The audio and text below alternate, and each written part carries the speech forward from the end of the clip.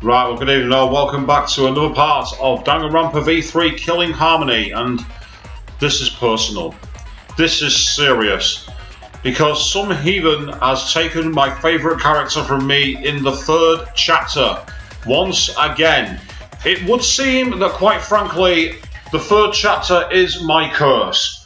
Because in the third chapter of the second game, I lost my favourite character. In the third chapter of Ultra Despair Girls, one of the characters went through that minigame, and now in the third chapter here, I lost another favourite character. So evidently, the game developers like to troll me. So good evening, welcome to the stream. Of course, I'm Swishbell as usual. Chris checking in, saying evening. So I want to quickly just do a quick check through skills, because when I got Angie up to a maximum level, I unlocked one that was called Atua's Will or something, and I want to know exactly what it does. And also, I'd like an idea to see where we are in terms of Mike tonight, to see if we've actually got it at the right level. Because last night, it seemed to be out of sync for a little while, then back again. Atua's Intuition. The flash spot will instantly grow to full size. Oh, I know what that means. So when you essentially light the screen, it'll light the full screen. Oh, that's fantastic. Anything to make Hangman's Gambit easier. Is it going to let me do it? Yes. Excellent. Nice one. I'm definitely having that on there. Anything that makes Hangman's Gambit easier is definitely useful to me.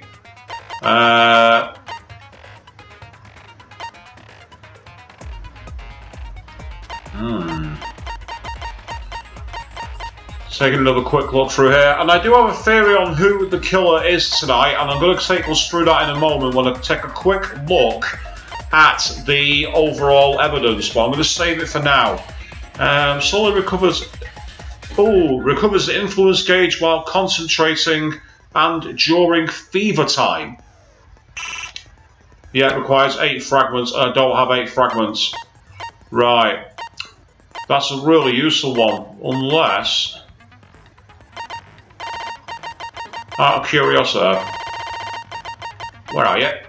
I was looking at you a moment ago. Ah, there we are.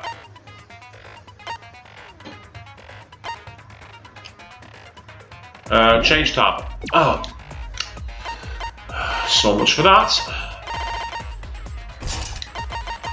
Will that allow me to put it on there instead? No, it won't. Right, I'm going to put that one on then because it's better. I need extra influence anyway.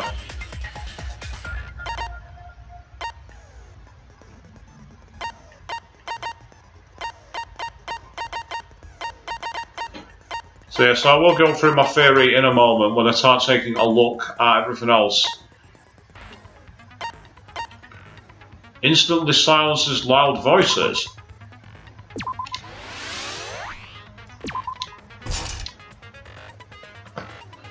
I think that's where I'm going to be out of fragments after this, although I've got 4 fragments left apparently.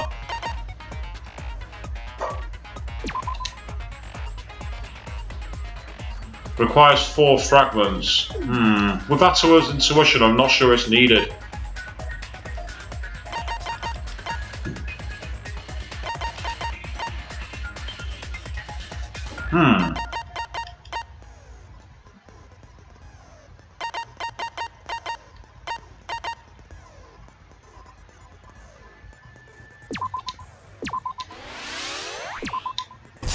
And that's where we're at, so I'll leave it at that, so that's fine.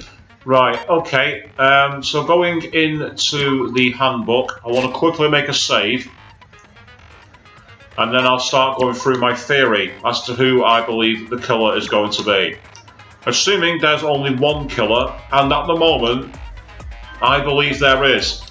And there is one part of it that does have me bothered, which I'm going to have to decipher during the trial. But allow me to explain. So going through the truth bullets, obviously we know that Angie was, if you actually pull it up there, we can see she was killed, time of death approximately 2 in the morning, and stab wound to the torso, but has laceration on the forehead. Then there's obviously Tenko, who was taken out while she was inside the cage. Now the forehead injury is where I have a theory. And this is where I am going to stroke your ego, Chris. because I am actually very much in the same camp as you. I believe that our ultimate anthropologist is the killer for both Tenko and Angie. Now, allow me to explain. The laceration to the forehead, I think what's happened is that Angie went into that room because she needed to get a fire source for burning the book after doing the effigies. And that interfered with his preparation, so he attacked her, and the dried blood that we found underneath the floor is Angie's blood. And he used the duct tape as a way to tape up her wound so there wasn't a blood trail from that room to her studio. And once there, he killed her with the gold leaf katana. Now, the one problem with this theory is I don't know how he's got out of the room, because the front door, cylindrical lock key, can only be locked and unlocked from inside the lab. So there was no way that he could have locked the door behind him when he left Angie's body. So that means he's somehow got out the back door. And the back door, as we know, locks by a sliding lock. Now there is trace of gold on the lock, but I don't see how he'd be able to open it lock it from the outside. Something's happened in the middle there, and I don't know what it is. Now, as for Tenko, why do I believe that he's the killer of Tenko? Well, because of how she's dead. She dies inside the cage. Now here's the thing. We know that she was killed by what we assume to be that pick that was found underneath. We know from the cloth had blood on the underside, and there was no hole perforating the cloth, so the pick can't have gone through the cloth and through the cage. But what you can do with the pick is you can put it inside the sheet and carry it to the cage. Now then, when you're putting the cloth over the cage, what you do with the pick, and if I've got a picture of the pick I'll be able to show you, what if you jam that through the cage so you create an almost scorpion's tail, and then what you do is you stamp on the loose floorboard, catapulting the body to the weapon rather than taking the weapon to the body. I think he's either memorised his steps in the room, or maybe he's kicked the salt or something as a way to know exactly where the board is, and he's picked that rock in a specific place because he knew if Tenko's head was there and he hit the floorboard, it'd catapult her back into the pick, and that's how she died. It's the most ridiculous theory in the world, but it's the only way I can think of that you'd be able to get the blade between the cloth and the cage. I can't think of any other way you can do it. So with that in mind, you've heard my theory. It's off the wall. It's absolutely bonkers. Is it right? There's only one way to find out. Let's go.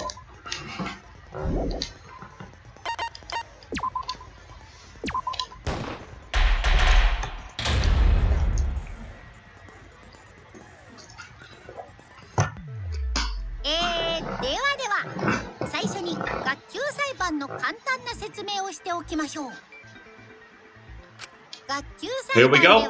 誰が犯人かを議論し、その結果はお前らの投票により決定されます。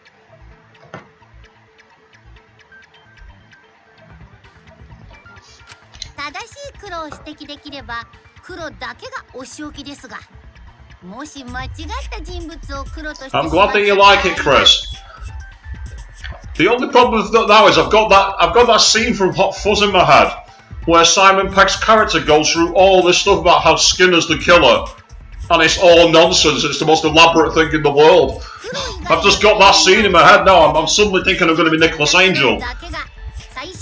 園から卒業できます。 But you are correct, it is Danganronpa, it's the craziest part of the course. You're not ち wrong. なみに必ず誰かに投票してくださいね。投票しない人には死が与えられちゃうんだからね。 So Shinguchi, I believe his name, or Shinguji even. I think it's Shinguji is his surname. テンションバリバリバリ。 And the reason again, 学級裁判の開幕だ。 on last night's stream, I did say that there was a bit of a with the slash to the back of the neck. In a lot of religious theology, that's where the soul is stored, and by slicing there, you can take out someone's soul. So again, that ties into the whole seance field, and as an anthropologist, it's something he would know. Whether the game creators touch on that, I don't know, but that's something that leads me to him. I pointed out the Monocubs on the stream where the second trial. I pointed that out in the second trial. I pointed out how Monokid had a picture there.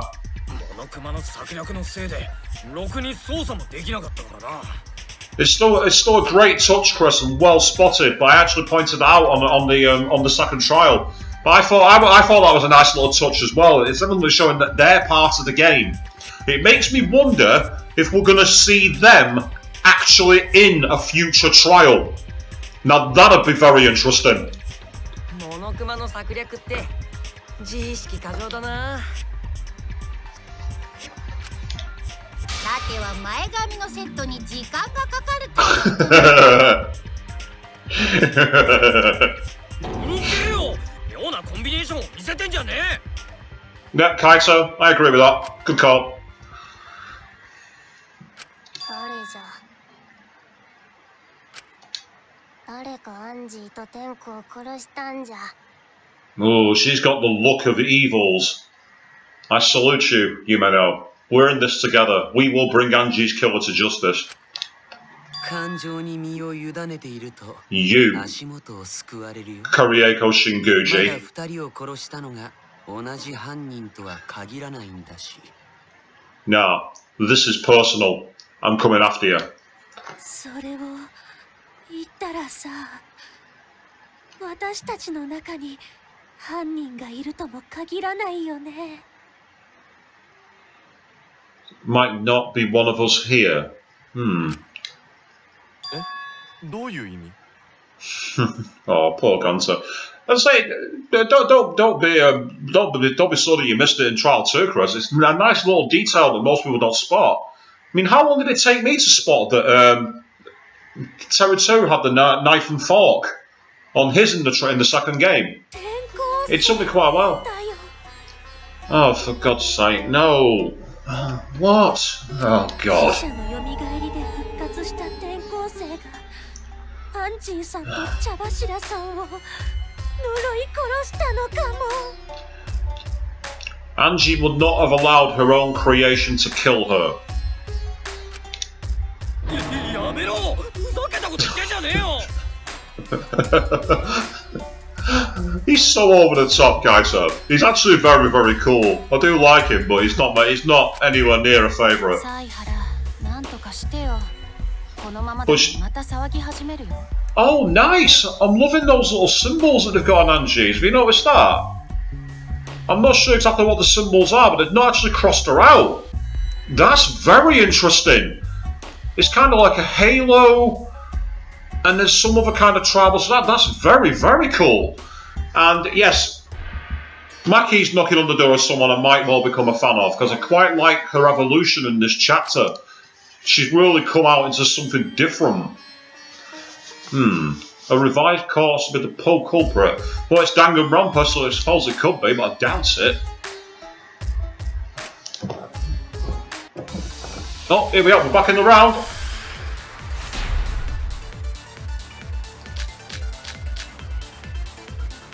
Okay. これは死者の犯行なんだよ。蘇った死者が2人を殺したんだよ。やめろ。死者の蘇りは成功したの？誰が蘇ったんだろうね。アンジーは天海を蘇らせるって言ってたぞ。 そう、天海くんが蘇ったんだよ。犯人は死んだ天海くんなんだよ。 No, it's not Rantaro. やめて Right, the only option I could see there was did it work, and what was the so here we are, the ritual. Burn the Necronomicon. No, she's not burned the Necronomicon, so it can't be. Angel Wings. Yes, I would say good spot, Chris. I'll cycle back through for that next time I go around Angie's side. これは死者の犯行なんだよ。 Yeah, it's kind of similar to Angel Wings, actually. Not quite right, but in the same kind of vein, definitely. じゃあ死者の蘇りは成功したの？それは違うぞ。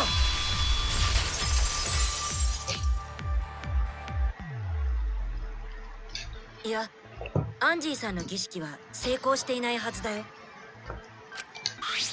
モノクマの動機として配られた死者の書によると、儀式で死者を復活させるには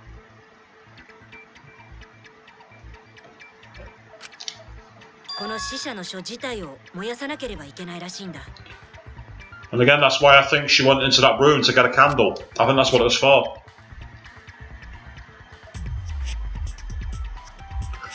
I'm loving all those little images, actually. We'll just quickly take the sketch away there. I'm loving the images that they've got for the curtains which have come off and the little ghostly Monokumas. They're a very, very cool touch. Casper and not so friendly Kuma. Carbon monoxide poisoning. Where would the carbon monoxide come from?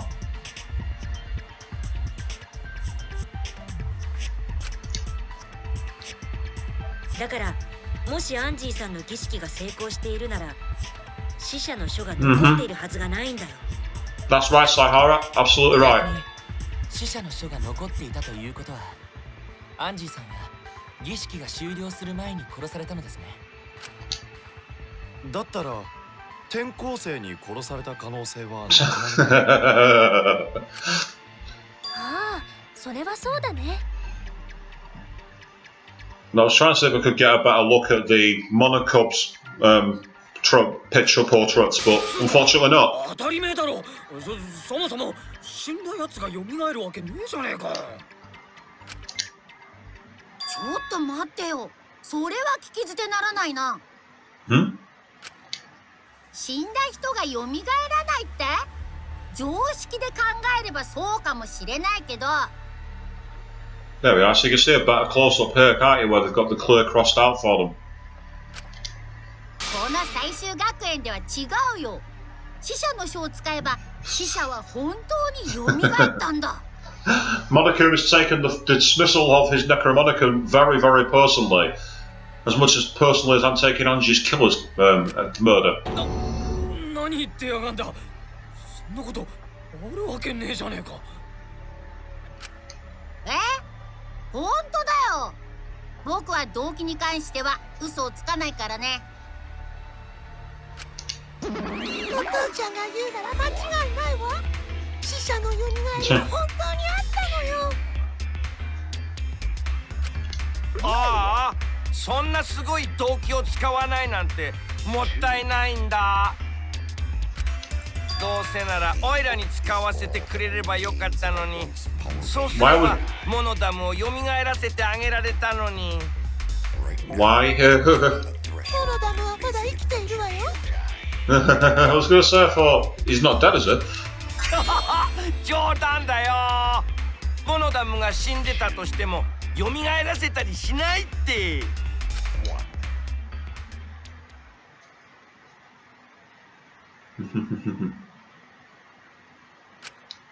結局、死者の蘇りって本当にあったの？ No, Shirogane, it wasn't. そんなわけねえっつってんだろ。バカバカしい。死者の蘇りなんてあるわけない。モノクマは私たちを混乱させようとしているだけだよ。それよりさっさと黒を突き止めようよ。Agreed. Let's find out who the Blackened 殺したのが is. 転校生でないとなると、やっぱり犯人は僕らの中にいるんだね。誰 It falls to you, you 誰 mean? がやったんじゃ。俺様には分かってるぜ。 Okay. 茶柱の方は知らねえけど、アンジーを殺した犯人は新宮寺コレキオでぶっ決まりだ。なんで？ Brilliant. Mew agrees with me as well. That's interesting. とぼけても無駄だ。俺様には何もかも丸分かりだからな。 Okay. We're back in the round. アンジーを殺した凶器は刀だったな。 That much is obvious. 新宮寺の研究教室にあったものだ。だったら怪しいのは新宮寺だろ。あの刀は誰にでも持ち出せたはずだよ。あんな錆びた刀を凶器にするのはあれにこだわってた新宮寺ちゃんだけだよ。あの刀にこだわりなんてないけどな。白状しろ、うんこかじり虫。現場の教室に押し入ってアンジーをぶっ殺したんだろ。 Right. 俺様強 Okay, I want to quickly just go through the... Well, the doors don't make sense, do they?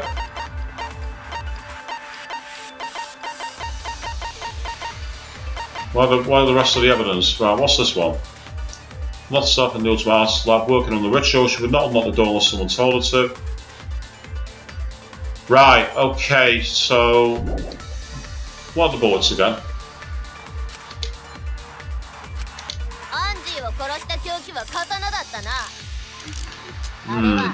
新宮寺の研究教室 Something about the not getting access apart from the council rings true with me. あの刀は誰にでも持ち出せたはず。 Doesn't mean Mew's あん wrong. な錆びた刀を凶器にするのは Just means assuming the killing site was there is wrong. あの刀にこだわりなんてないけどな。白状しろ、うんこかじり虫。てめえが現場の教室に押し入ってアンジーをぶっ殺したんだろ。 I think that's the answer. Broke in. 俺様強 Because we had to break in using the lockpicking skills and the back door was locked. So it doesn't seem likely that he broke in. あれは新宮寺の研究教室にあったものだ。だったら怪しいのは新宮寺だろ。あの刀は誰にでも持ち出せたはずだよ。あんな錆びた刀を凶器にするのはあれにこだわってた新宮寺ちゃんだけだよ。あの刀にこだわりなんてないけどな。白状しろ、うんこかじり虫。てめえが現場の教室に押し入って Ah, so you gotta be quick and then it goes back to classroom. Okay, that's useful to know. 俺様強 I'm sure that's the answer. Absolutely positive of ア it. ンジーを殺した凶器は刀だったな。 Because the others don't fix, it's talking about the doors specifically. 研究教室にあったものだ。だったら Whereas this one addresses Angie's presence. あの刀は誰にでも持ち出せたはずだよ。 Angie あんな wins. 錆びた刀を凶器にするのはあれにこだわってた新宮寺ちゃんだけだよ。あの刀にこだわりなんてないけどな。白状しろ、うんこかじり虫。てめえが現場の教室に押し入ってそれは違うぞ。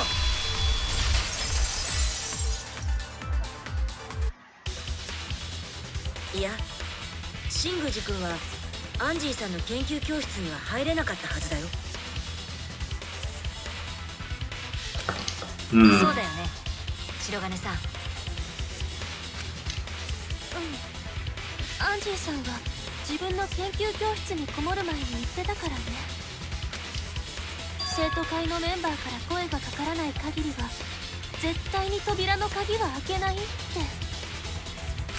つまり生徒会のメンバーじゃない新宮寺君だとアンジーさんに扉を開けてもらえなかったんだ。 Which is why I don't think he crossed paths with her there. そう、アンジーちゃんを殺したくても殺せないね。 Don't be so sure of that, Cocky Cheek. Do not be so sure of that. そもそも殺したいと思ってないけどね。 That I do agree with, though. つうことはよ、アンジーを殺したのはあいつの教室に入れてもらえた生徒会の誰かなのか？よくわかったな。俺様はその答えを導き出すために一芝居打ったんだ。そっか、そうなんだね。Poor Gonzo. ゴンタ君、無視していいところだよ。残ってる生徒会のメンバーはゴンタ君にキーボ君に白金さんに夢野さんだったね。さすがに夢野ちゃんはないでしょう。アンジーちゃんとは一番の仲良しだったんだし。Nothing special about Tenko's that I can see. I was expecting like maybe some martial arts calligraphy, but I can't see any. 俺は二人の友情を信じるよ。もちろ Hmm. んみんなも信じてあげるよね。うん、もちろんだよ。そんなに簡単に信じていいんですか？いいんだよ。とりあえず信じるところから始めてみればさ。Yeah, okay, if you say so, Kokichi. Completely if you say so on that one.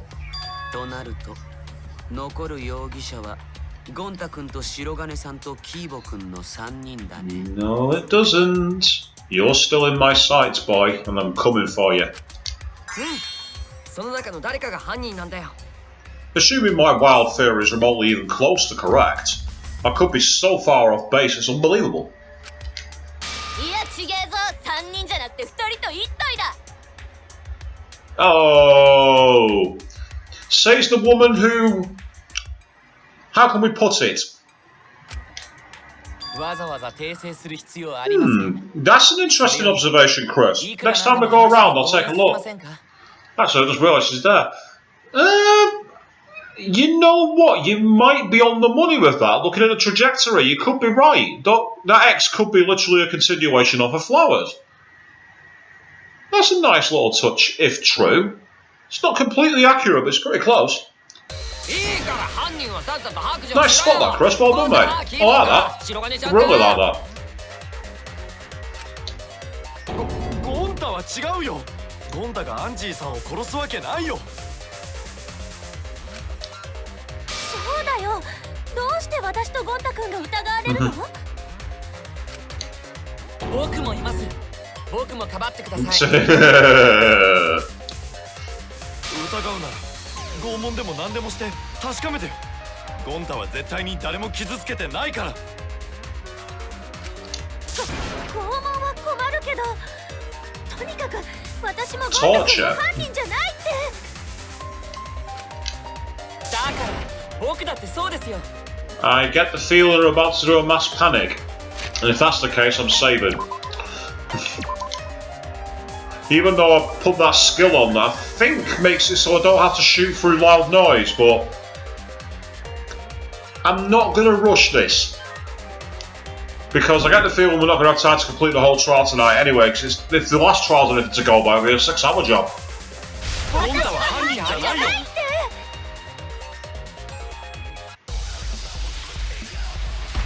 Okay, here we are. It's the non-stop debate on steroids. Here we go.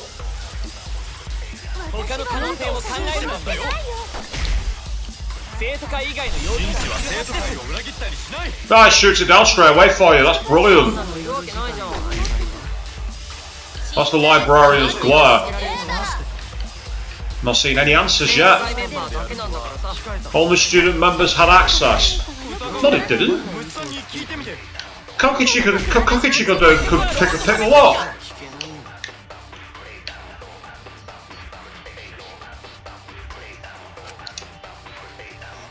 Yeah, definitely. So I agree with you, Shiichi.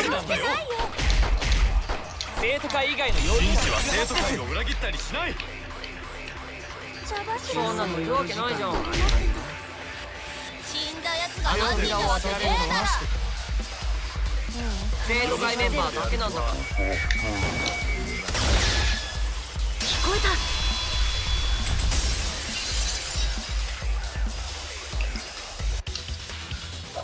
いや、アンジーさんの研究教室の扉を開けられたのは生徒会の人間だけじゃないよ。 That's right, because we had him open the door for us. さっき新宮寺ちゃんの話題になった時犀原ちゃんは言ってたよね。生徒会のメンバーじゃないとアンジーちゃんの研究教室には入れないって。いや、僕は新宮寺君の場合は無理って言っただけで、君の場合は別だよ。だって君はピッキングであの教室の鍵を開けていたじゃないか。Indeed.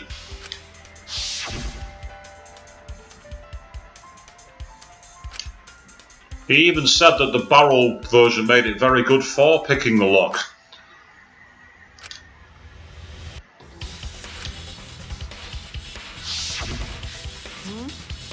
そうだったっけ？忘れちゃったな。とぼける Pretend you don't remember. 怖い顔で睨まないでよ。もちろん覚えているに決まってるじゃん。そうだね。俺がやったんだったね。俺がアンジーちゃんを殺したんだったね。No. I don't think so. ちょっと待て。おめえ今なんて言った？ As effing if. だから俺がピッキングであの教室に忍び込んでアンジーちゃんを殺したんだよ。つまり犯人は俺なんだよ。 Okay, elaborate, Kokichi. Because I know for a fact that's got to be a lie. なんじゃと Or maybe that's what he's trying to do. Who knows? どういうつもり？ふざけてるの？ Yes, everybody else has missed that admission in that statement, Korieko. I'm not missing it. そうじゃないよ。 At least, I hope I'm さっさ not. と自分した方が楽になると思ったんだけど。そうしたら思った以上だったよ。すっげえ楽になった。じゃあ本当なの？本当に大間くんが犯人なの？嘘だろ？どっち？ Yes, Chris, that's the tricky part. Prove it. Exactly. And it's this locked room. I mean, if I go back to the lock on the barrel, I'm sure it mentions there being gold on it. Yeah, something gold and shiny was on the handle. But how does that allow you to lock the door from the outside? I don't see how. Then again, my theory for how Tenko died is probably physically improbable. I need to think in a similar way. Because if I believe he's capable of kicking a body to make it catapult into a pick that's suspended, there's got to be some way that he makes a door shut with a barrel from the inside. 間違いない。 And I don't know what I'm missing. いやいや嘘じゃないって。俺がアンジーちゃんを殺したんだって。ねえ、犯人がせっかく自供してるんだから素直に信じたら。 Hold on a second.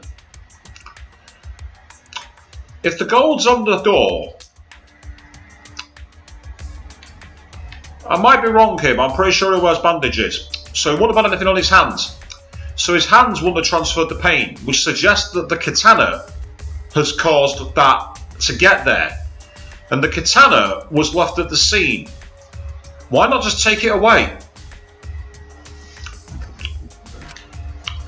だったら聞くけど。 That bothers me. That bothers me a lot. And I don't know why, but it bothers me. え？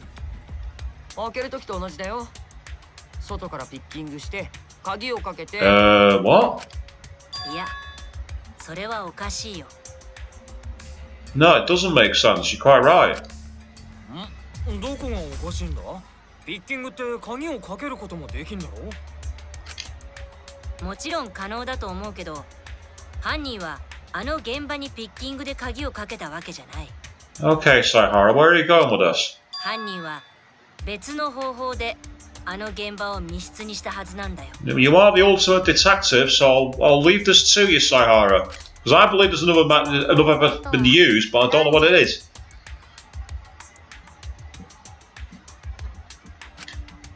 ふにゃふにゃ言ってねえでちゃんと説明しろこのふにゃち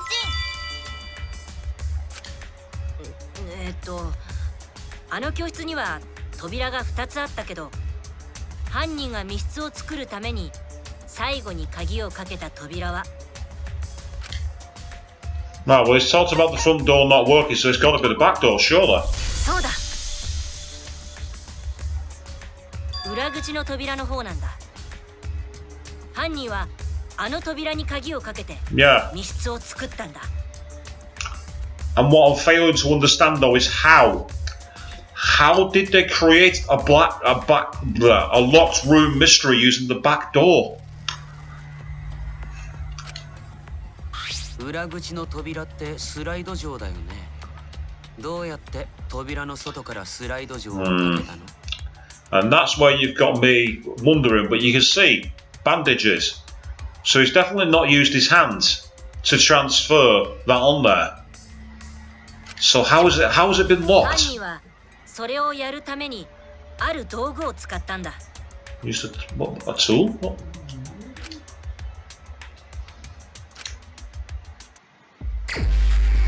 Oh, we got a mine. Oh god, here we go. Right.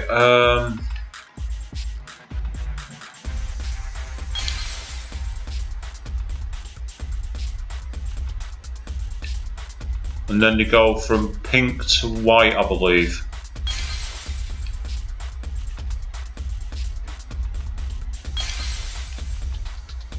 Hang on, that's the sword. I can see the sword underneath it.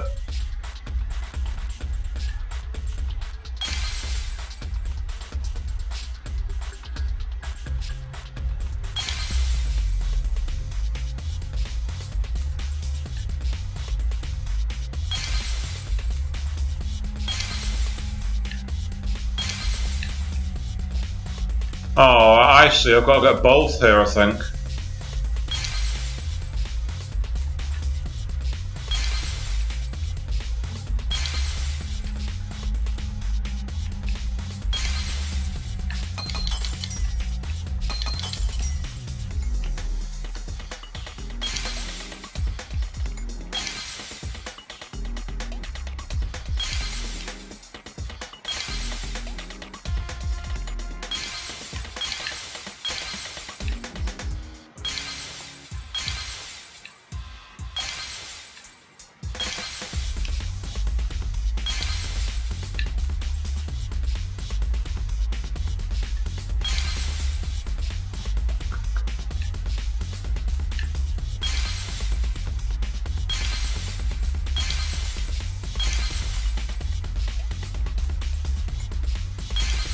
This is a interesting game of figuring out, shall we say.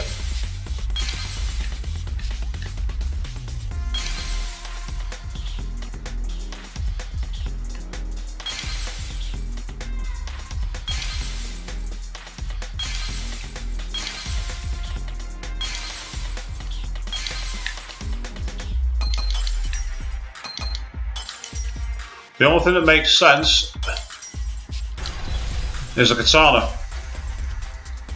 Yeah, that's what I was thinking, Chris, the katana. It's the only thing that was left in the scene, really, wasn't it? 赤松さんの蝋人形に刺さっていた金箔の日本刀だよ。 That was stabbed into Karde's effigy. Okay.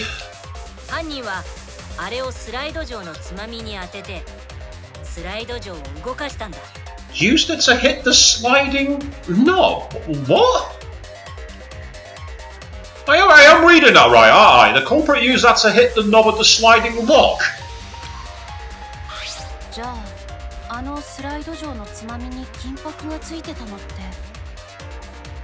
So, how? How did he do that? 日本刀がつまみに触れた時に剥がれた金箔が付着したんだよ。That's fine. So we've got the lock to the effigy, and the handle was facing the front door. あの日本 And he's outside the room. 触れると簡単に剥がれ So ち the ゃう。 only way that's possible is if the effigy moves. So if the effigy moves, どこかで聞いたことがあるような。one hell of a shot. Yeah, Chris, you're right, but how does he take the shot?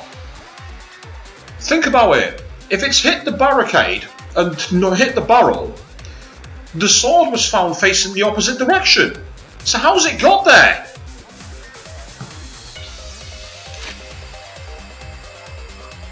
Give me a second, I'll get the truth bullets up.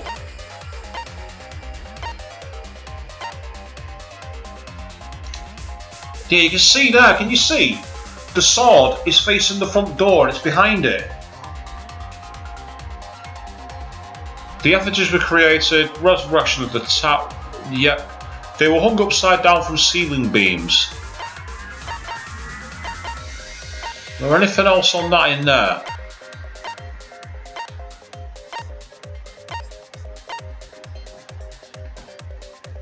He's made the body go vertically for this kill, I'm sure of it.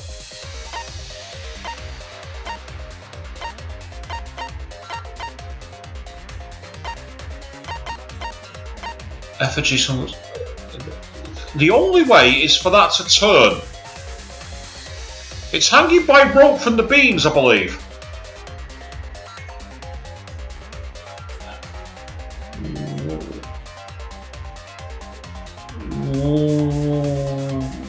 I wonder.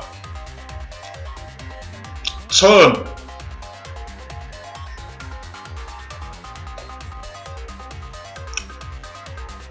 There is a way. He spun the body.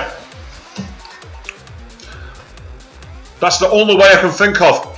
Spin the body and make it hit the switch and spin backwards.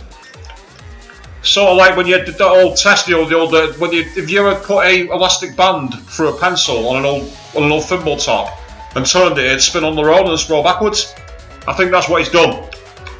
Spun the corpse. It's the only way it makes sense. Well, spun the wax effigy, not the corpse. それって何学園で？ねえ、どこの何学園で？まあもういいじゃないか。過去のことは積極的に思い出さないようにしよう。 Fascinating. That's assuming I'm right.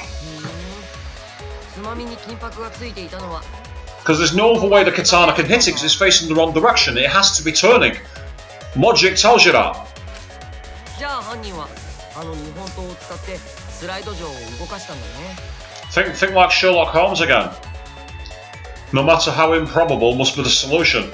でもさ、日本刀でどうやってスライド錠を動かしたの？しかも扉の外からさ。 Yeah. Spin the corpse, leave the room, shut the door, and then it hits it. The timing would be ridiculous. その方法を示す手がかりはあの現場の状況そのものにあるんじゃないかな。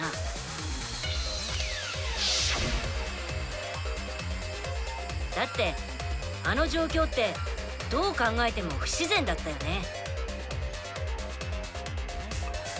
Yes, it's very odd for one very simple reason. The bodies wouldn't need to hang because, if I'm not mistaken, in the Necromonicon it says you have to put the ashes on the effigy and the effigy has to be laid down. So why would they be hanging? しかもその蝋人形が逆さ吊りにされているなんてさ。アンジーがやろうとしてた儀式の一環だろ？ No. いや、死者の書には蝋人形を吊るせなんて書いてなかったよ。儀式じゃないとなると何か別の目的があったということですよね。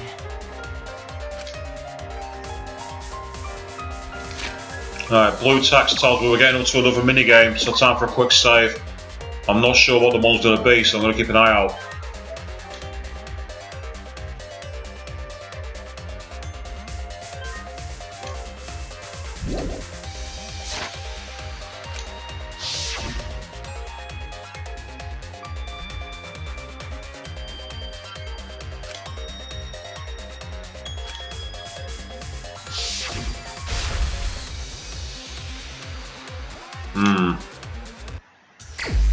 Oh, we're going driving. Excellent. Okay.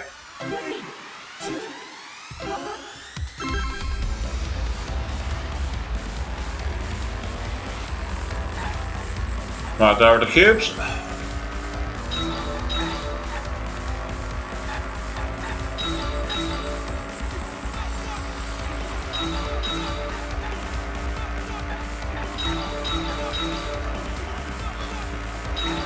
Again, I love these visuals, you know, these like almost res, Polybius kind of visuals. I think they're fantastic.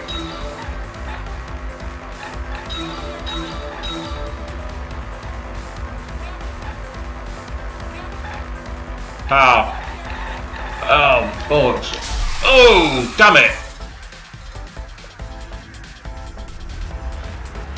Okay, memo to me, do not crash into other cars.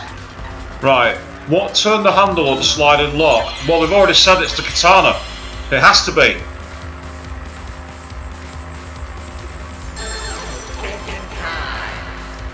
Where's the answers? Give me the answers, come on.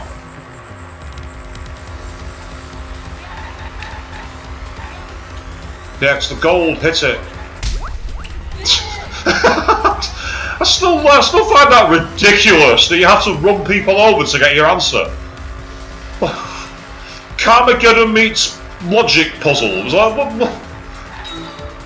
don't know what kind of acid the creators of this game are on, but I want some. And now we're out in the middle of the Nevada desert. 2-lane highway, so if there's lots of cars here, this could be really, really difficult.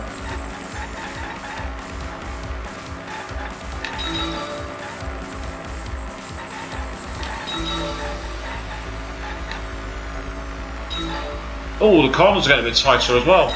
Yeah, the corners are getting sharper. And because it's an old American car, it's got old American car turning. You can go leftish, rightish. Yeah, so I mean, what was done to make the katana turn the lock?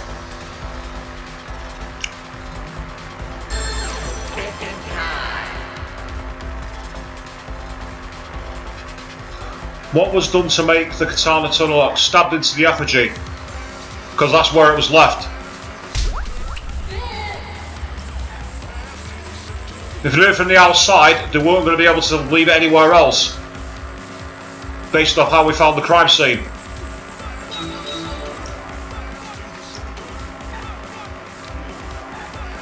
I'm not sure which I like better actually, whether I like this or the logic dive. I like the elements of both. I love the way you had to avoid pit hazards in Logic Dive, but I also love the more consistent line driving you have to do here. I think both have got their advantages over the other. Oh, this is annoying. Yeah, there's another car. Gonna get out of the way. That's annoying.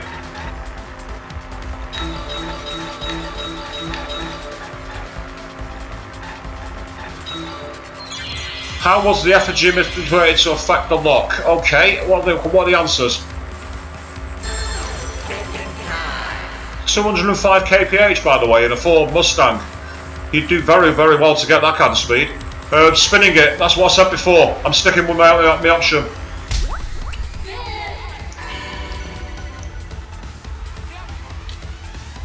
Yeah. Yeah, it's true. I remember you told me how to save mid-trial after doing the first trial to completion. Back in the day. I need old American car steering, new American car turning. Like that, Chris. I like that one.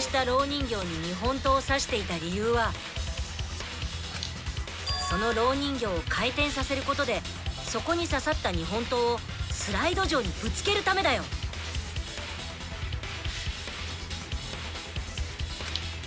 蝋人形を回転？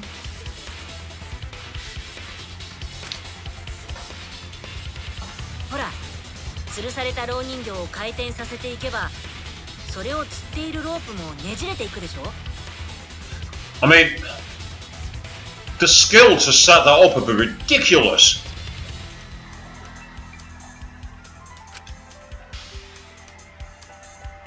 The other cars just hate lane hoggers, Chris. That's the その problem. 状態で手を離せば、ロープは復原力で逆方向に回転する。もちろんそこに刺さった日本刀と一緒にね。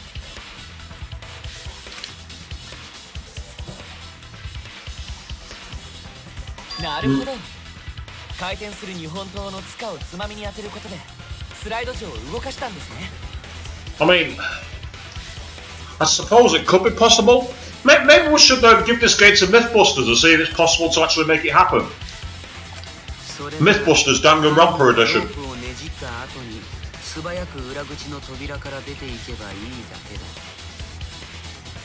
そうすれば誰もいなくなった教室で勝手に回転する日本刀が裏口のスライド上に当たって、And Shinguji bragging, or at least that's how it's coming across to me, assuming, of course, that I'm right.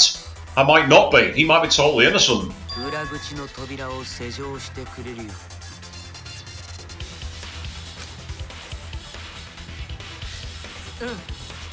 犯人はそうやってアンジーさんの美術教室を密室にしたんだよ。吊るされた蝋人形と日本刀を使った仕掛けでね。回転する刀剣がランドして鍵をかけてくれるなんて擬人化がはかどりそうな話だけど。 Why are you drooling over Angie's death? Do you want to be next in my sight? そんなにうまくスライド上を動かせる？ Actually, yeah, Chris, that's a fair point. Yeah, it's not exactly the PG-friendly material. Yeah, I'll give you that ス one. ライド上は緩くなっていて、ちょっとした力でも簡単に動いたんだ。And no more. Oh, well, that's a shame. They do some interesting stuff, actually. I remember they was tested the theory of what happens when the shit hits the fan. I remember that episode. 回転する刀がつまみに当たりさえすれば、スライド上は簡単にかけられたはずだよ。まあ何回か失敗しても成功するまで繰り返せばいいだけだしね。そのために犯人は目撃される可能性の少ない夜時間を犯行時刻に選んだのでしょうね。特にここ数日は夜時間の出歩きは禁止って生徒会からしつこく言われていたし。生徒会のせいと言いたいのか。別にそこまでは言ってないよ。Oh, God, I never saw that episode, Chris.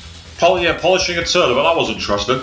とにかく犯人が切れ味の悪い日本 They actually managed it. 仕 Amazing. 掛けをやるために必要だったからなんだ。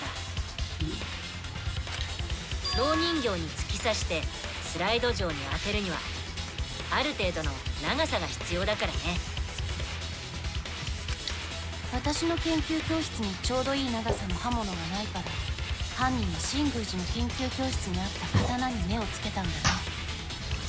And that's the reason for the saw. Nothing to do with convenience. Like I thought it would have been. までわざわざ吊るしたのはその状況を儀式っぽく見せることでオートロックの仕掛けを俺らに気づかれないようにするためだったんだな。でも大間くんはさっきピッキングで外から鍵をかけて密室を作ったって言ってたよね。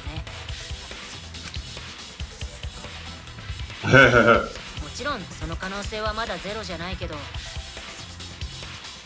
Interesting. He doesn't want to change it. So he doesn't want to ignore that possibility. Okay. だけど犯人がただの目くらましのためだけにあんな面倒な仕掛けを作ったとは思えないよ。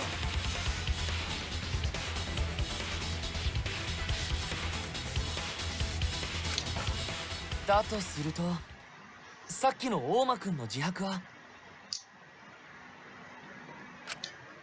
さてはてめえまた嘘ついたの。 Why are you surprised? Why is Mew surprised that he lied? ああ、バレちゃったか。実は俺は犯人じゃない。 I don't know why he'd want to make himself the culprit in the case anyway, but he doesn't want my wrath, that's for sure. こそ本当じゃろうな。嘘って言いたいところだけど、残念ながら嘘じゃないんだよね。どうして自分が犯人だなんて言ったの？ Try and draw a confession out from the real Blacken, maybe? 犯人を釣ろうと思ったんだよ。ほら、本物の犯人ならあのまま俺を犯人にしたいと思うでしょ。 It's an interesting strategy. Very risky, because if everyone took you at your word and voted for you, everyone would be dead.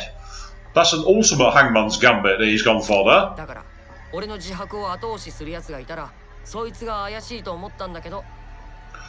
Wrecking Crew joining the chat saying he's a constant liar. Indeed he is. And I don't know if you've seen the stream from last night, Wrecking Crew, but my favourite character has been killed. And I am coming after the killer with the wrath of fury. Believe me, the last killer who killed my bae got what was coming to them. But good evening to you anyway. Welcome to the stream.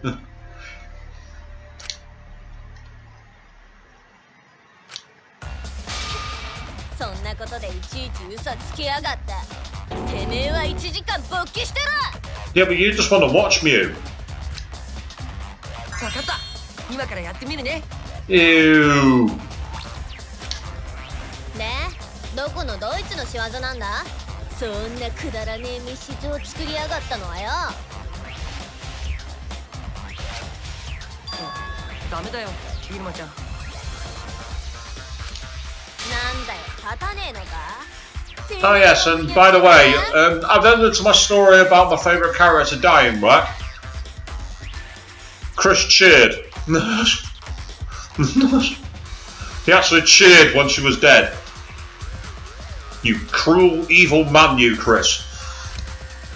じゃなくて、誰が密室を作ったかって論点。 May Atua smite you for your heresy. あの密室のトリックは誰にでも実行可能なんだからさ。変態肉便器女ちゃんは。Oh my god! Wow! Look at that, he's called. What a dickhead! Wow!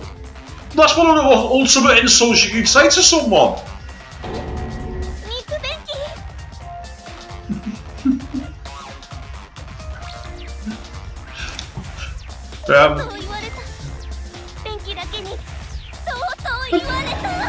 Oh my god, she's into it! Ladies and gentlemen, Danganronpa V3's version of Naruto, it would seem. And Mikan combined. Okay. だったらさ、何について話し合えばいいの? And yeah, right. With regards to your comment about being on lockdown and playing, I better be careful in what I say there, because I might well get myself kicked off the internet. I don't want to do that. 誰が密室を作ったのかじゃなくて、誰が与永さんの教室に入ったのかってことだ。 Yeah, yes, Rick, I'm as surprised as you that they got away with saying that in a video game. Yeah, this street's definitely not for kids anymore. Like it ever was. 彼女に扉を開けてもらえた生徒会の人間か、ピッキングでシリンダー錠を開けられたオーマ君。 I like how you're constantly attacking the student council here, Shinguchi. Unfortunately for you, I don't believe you. 犯人はその中にいるはずだからね。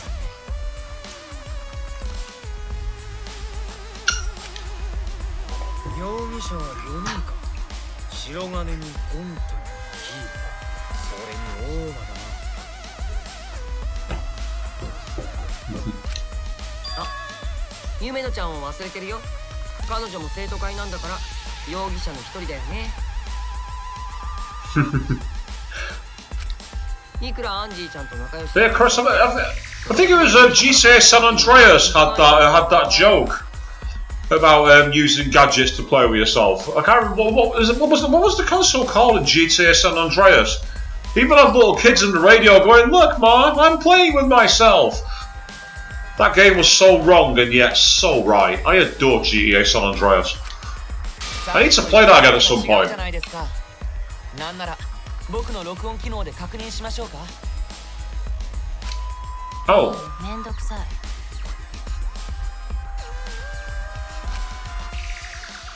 ちが容疑者じゃと。 Newsflash, you may know, everyone's a suspect. うちがアンジーを殺すわけないではないか。 Though I believe you, I know you wouldn't kill Angie. You're just like me. ところでさ、容疑者のみんなに聞きたいんだけど、今から何について話し合うべきだと思う？みんなの素直な意見を聞かせてよ。何について話せば自分の容疑が晴れると思う？ To get yourself off the suspect list, you'd say anything, wouldn't you? なんで仕切ってるの？あんただって容疑者のくせに。部外者は黙っててくれる？これは俺ら容疑者の問題だからさ。The suspect rangers. What does that mean? 容疑者図？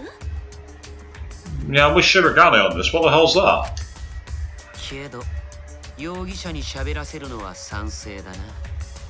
怪しい人にこそたくさん喋ってもらうべきだからね。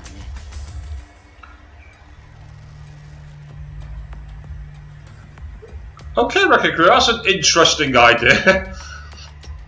A host apparently created a clone of himself to play video games with the clone. That's inventive. I like that.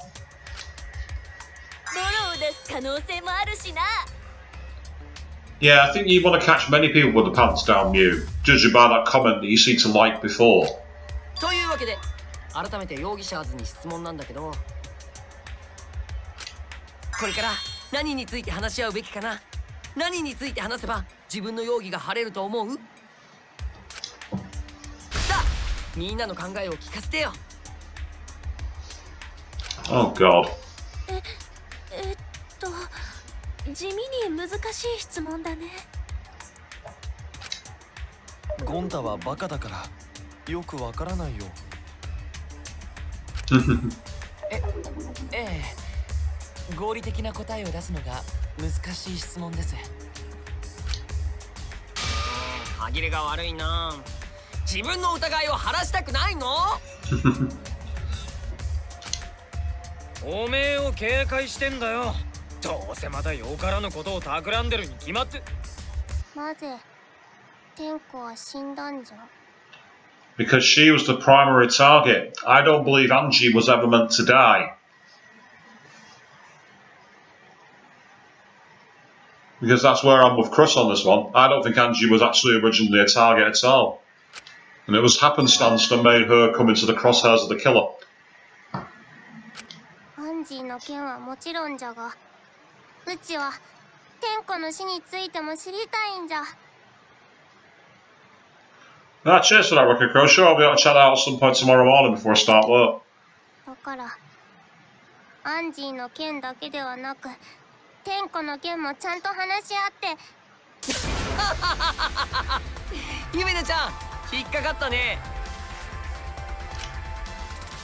Okay. 何がじゃ？だって2人を殺した犯人は別人って可能性だってあるんだよ。 That's very true. その場合、俺らが突き止めなくちゃいけない黒は先に死体が見つかった方の犯人。 Right. Well, we were just talking about Angie's killing, so... つまりアンジーちゃんを殺した犯人なんだ。 Yeah, we were doing that before you derailed the conversation, Kichi. だから重要なのはアンジーちゃんの事件だけで、茶柱ちゃんのことなんてどうだっていいんだよ。 But I think solving Tenko's case will give us Angie's killer. それなのにそんな提案をするってことは、わざと俺らに無駄な時間を使わせようと。どうでもよくならない。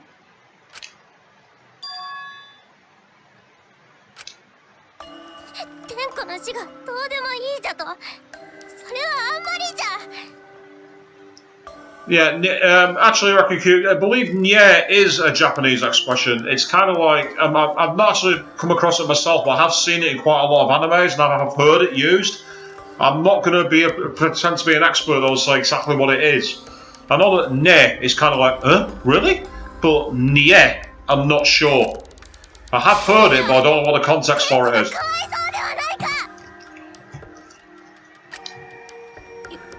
夢野さん。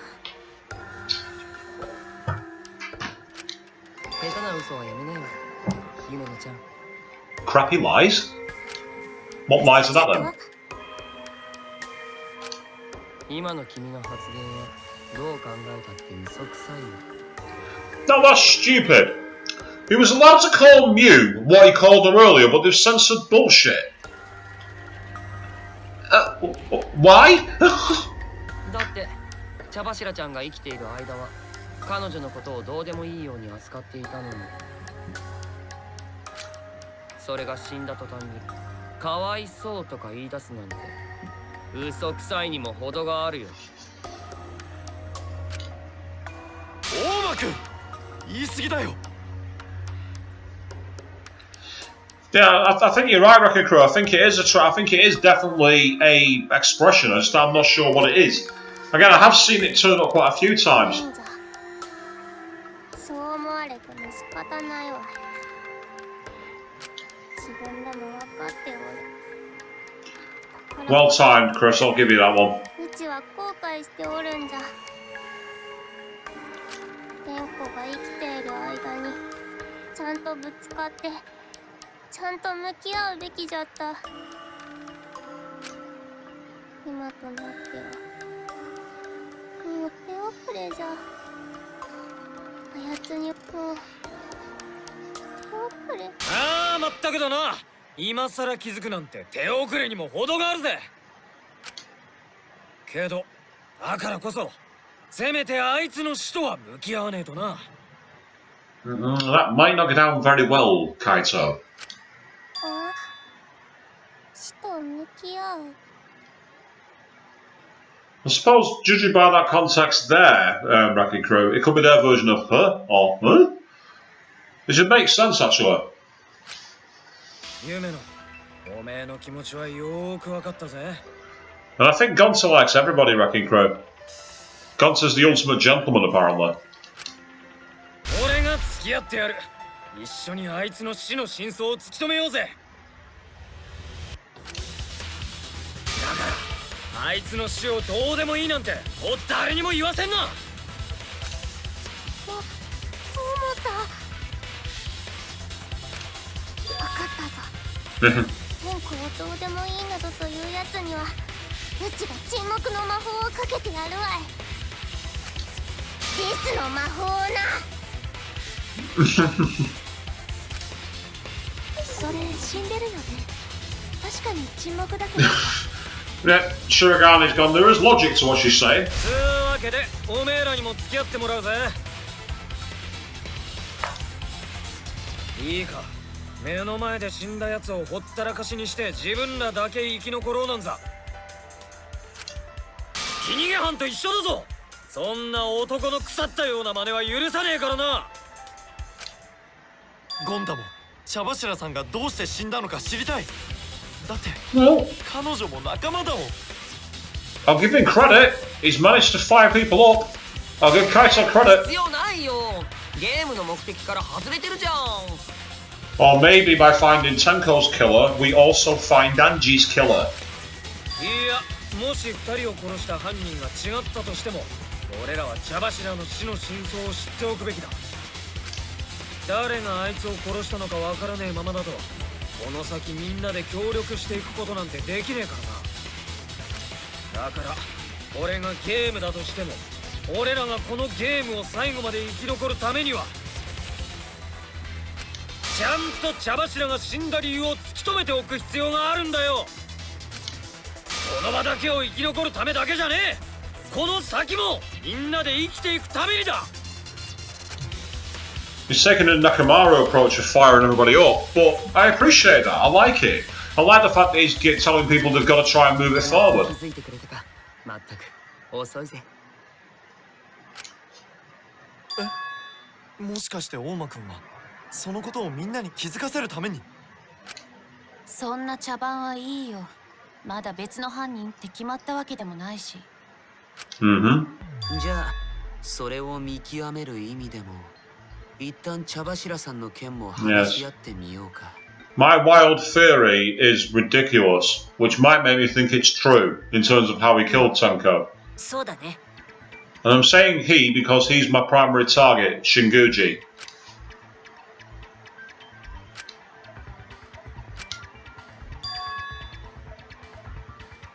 Hmm.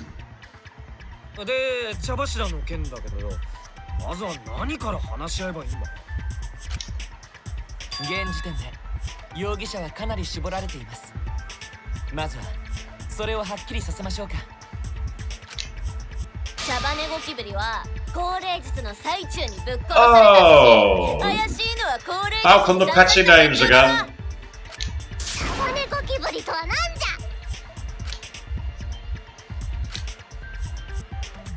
Right.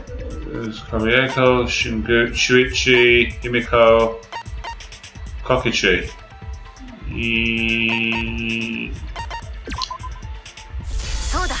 Yeah. Because Kibo was kicked out. I just remembered the last second. 新宮寺君と大間君と夢野さんの4人だったよ。だったらその4人が容疑者だな。夢野さんってこっちでも容疑者なんだね。Still suspect. まあたまたまでしょ。それよりその4人の中で特に怪しいのは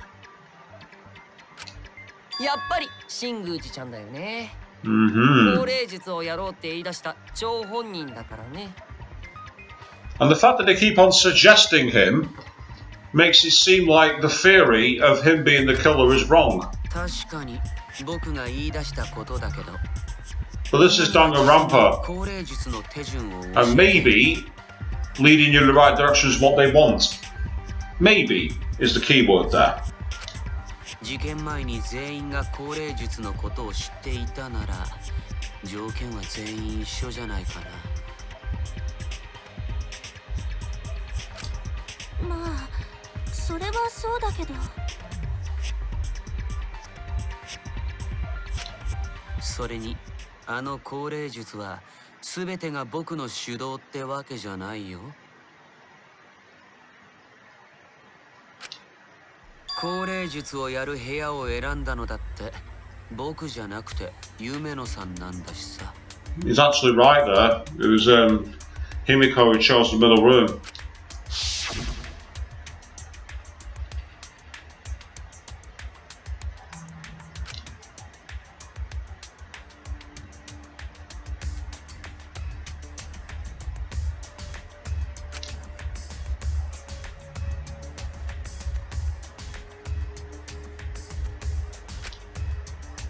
Mm-hmm. そういえばそうだったね。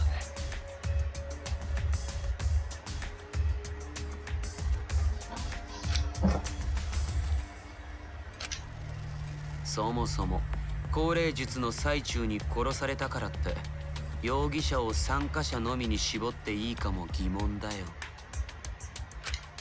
現場の空き部屋には外から侵入できるルートだってあったんだしさ。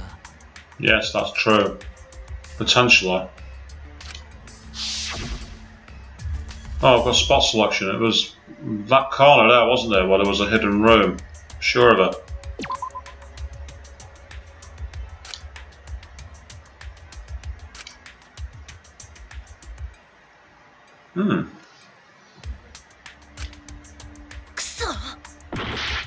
Okay, maybe not.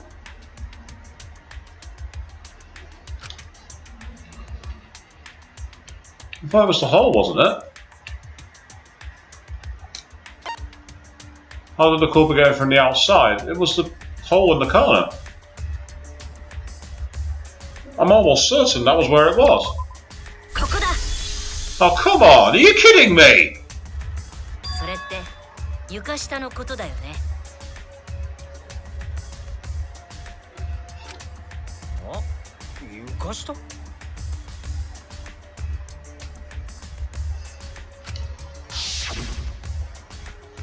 ん。現場となった床下には人が移動できるだけの空間があって、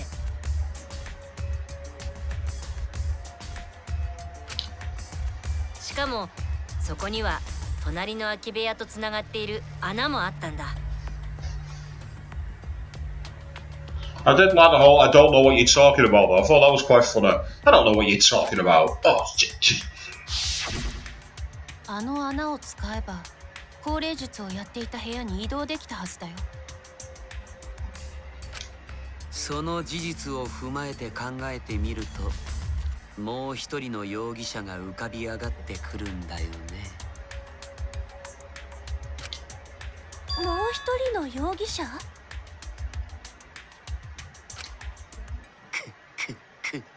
見えるよ。ああ、僕には見えるよ。茶柱さんを殺したおぞましき犯人の正体がね。She may not be in the space, but get your hands away from my bay.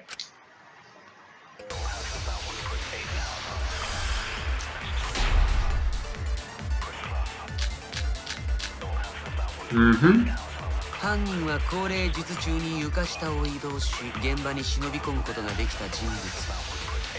高齢術中は真っ暗じゃろ。どうやって床下を移動するんじゃ。いや、床下は暗くなかったんだ。犯人は床下で明かりを使っていたのさ。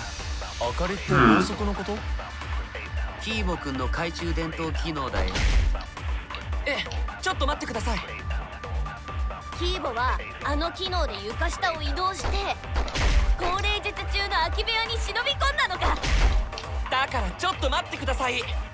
ロボの機能をフル活用した殺人だね。ちょっと待ってくださいって。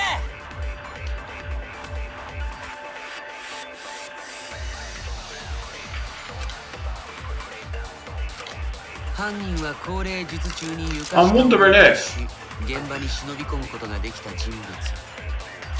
Go to the flashlight function.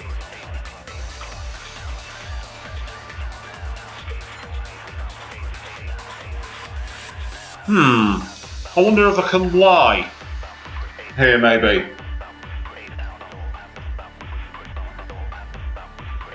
It was mentioned about the light.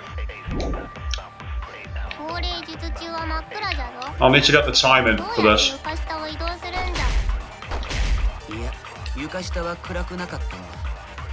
犯人は床下で明かりを使っていたのさ。明かりってろうそくのこと？キーボくんの懐中電灯機能だよ。ちょっと待ってください。キーボはあの床下を移動してこれで真実を暴く。イルマさん、キーボくんのライト機能って君が追加したんだよね。それなのに気がつかなかったの？気がつかなかったって何だよ。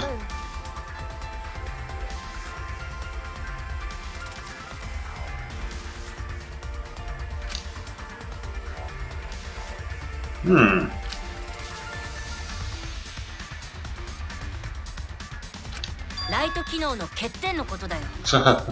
あの機能にはキーボくん自身も眩しくて何も見えなくなる欠点があったんだ。That's what I was thinking. I'm like, can we make it so that the eyes can't see even though it's a robot? そうなんだ。眩しくて。ってはあ？天才の俺様がそんなミスをするわけねえだろ。そうかな。エルマさんなら普通にやりそうなミスだと思うけど。 Even gone to say she's making mistakes. Oh dear. ふざけんな。なめんぞデカチンが。 Oh god. Wow. This game's only 2 years old, and that kind of comment has not aged well. Not aged well at all. 眩しくて見えないならいくら暗闇を照らしたところで前には進めないよね。だからキーボくんが床下を移動することは不可能だったんだよ。そうなのキーボくん。犀原くんの言っていることって本当なの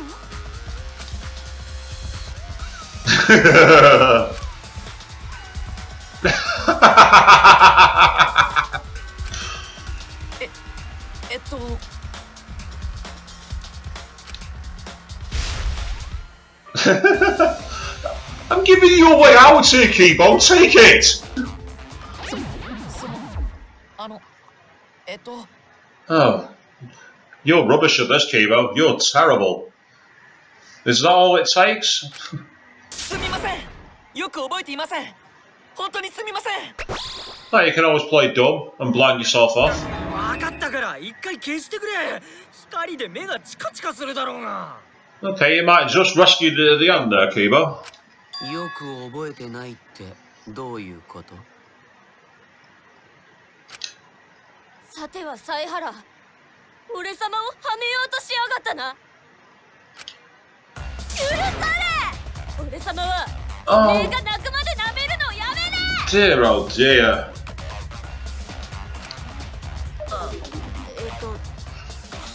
Yeah, I completely agree with you there, Saihara. That's just like, bruh, stop. 犀原くん、すみませんでした。だから眩しいってんだよ。でもさ、これだけ眩しかったら床の隙間から光が漏れてきそうだよね。So ironically, I thought it was the truth anyway.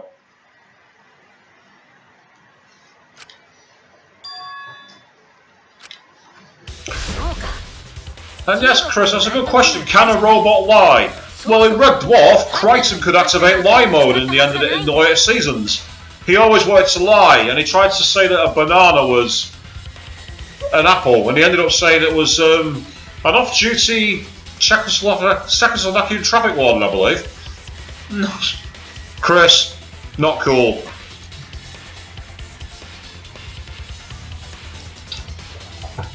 Mute for next victim, yeah, I completely agree.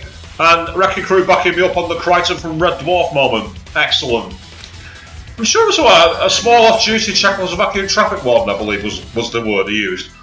It was something as bizarre and obtuse as that, I remember that much. Do you know what season...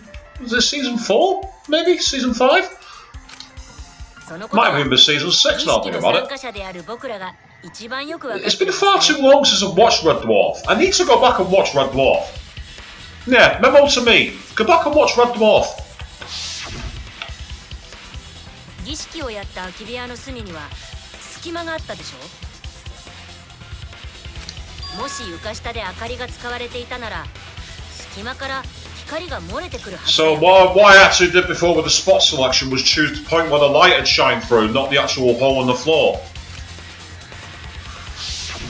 じゃが、うちらが降霊術をやった時、部屋の中は真っ暗だったはずじゃ。僕らが光を見ていないことが儀式中に明かりがついていない証拠なんだ。It's the Bolivian Navy on maneuvers. Great reference, Wrecking Crew. Excellent. I really do have to watch Red Dwarf again now. ということは、ライト機能があるからといって僕が犯人である根拠にはなりませんね。なるほどね。それは盲点だったよ。なんだ、今回こそロボならではの殺人事件だと思ったのにな。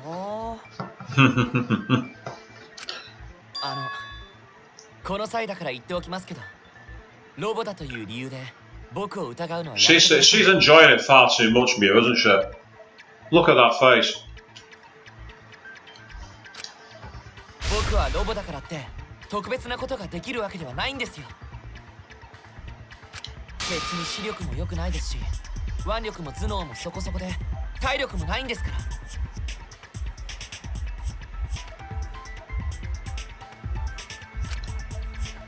分かった、やめるよ。なんかかわいそうになってきたし。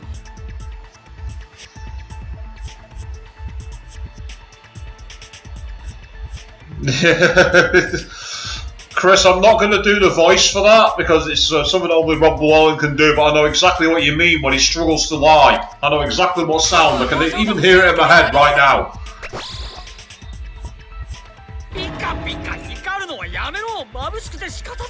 Yeah, I'm with you, Kaito. Stop the flashing light, Kibo. でも明かりを使ってないとなるとあの真っ暗な床下を移動するのは難しいよ。 Which is why my theory is that they didn't do it from under the floor. やっぱりあの床下もそこにある穴も事件とは関係ないのかも。事件と関係ないならどうして茶柱さんの下にあった床板が外れていたの？ Because of my ridiculous theory, which if you missed it, was that Shinguji locked the scythe into the back of the cage, kicked the floorboard, and caused Tenko to fly backwards into the scythe, taking the body to the weapon rather than the weapon to the body. That's my theory. あれは犯人が床下から茶柱さんを刺すために外したものだと思ってたけど。 Position's wrong. Doesn't make sense. ゴンタにしては鋭い指摘だね。だんだんこのゲームに慣れてきたんじゃない？ Oh wow, Chris, that's awesome! You had one of your friends had an autograph of that. That's amazing. That is so cool. ありがとう。礼を言うところじゃねえよ。こんなの慣れねえこといいんだからよ。 Oh wow, Wrecking Crew, I'm now jealous of that. If you have autograph pictures of the entire crew, that's awesome. Well, the main crew, I know what you mean by that. Not the entire crew.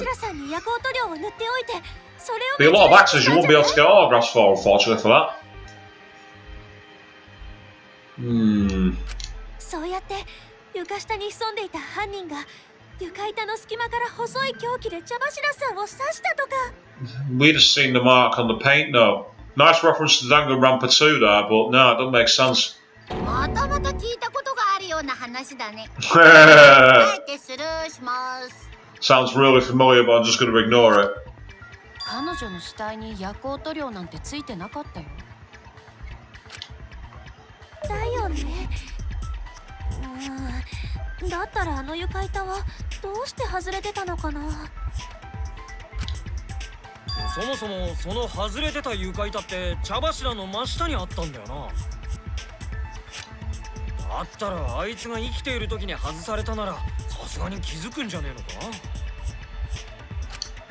どうでもいいっつうの。そんなことにこだわってても犯人にたどり着けねえだろ。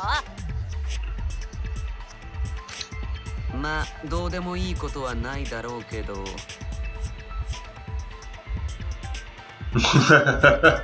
Reckon we get a kick out of the back reference from Monokuma? Absolutely. And oh wow, Chris, you got the 4 main autographs. That's so cool. I don't think I've really got any autographs apart from one of my girls from Japan. But you wouldn't really know who she was. わからないことを考え続けるよりも先に別の問題を片付けた方がいいかもしれないね。 And what's that issue then, murderer? 別の問題ってなんだよ。まずは茶柱さんがいつどうやって殺されたのかをはっきりさせる方が先じゃないかな。 Inside the cage. That much we do know. 高齢術の最中でしょ。じゃが高齢術の最中、天子はずっと鉄かごの中におったんじゃぞ。 Well, she wasn't. She came back dead. So, of course she was. その天子をどうやって襲ったというんじゃ。それなら鉄かごに入る前に殺したんじゃないですか。それはないよ。彼女はあの時までは確かに生きていたからね。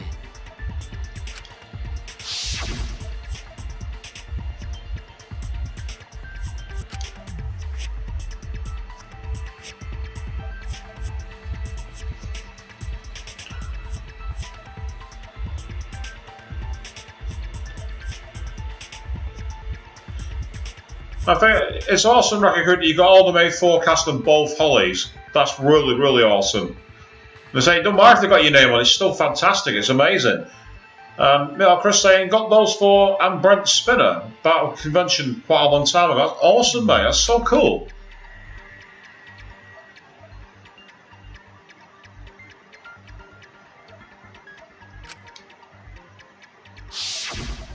そう降霊術を始める直前まで彼女は確かに生きていたんだ。ろうそくを消す直前だよね。でもその後で明かりをつけた時には問題の床板もあの時点で外れていたし、She's on the floorboard. 彼女はあの時点ですでに死んでいたんだろうね。My theory is right. Because she's lay on the floorboard. The floorboard's moved her. It's not moved the cage, it's not moved the dog, but it's moved the floorboard. じゃああいつは部屋が暗くなっている最中に殺されたってことか。でも鉄カゴの中にいたんでしょ。それだと殺すのは無理だと思うんだけど。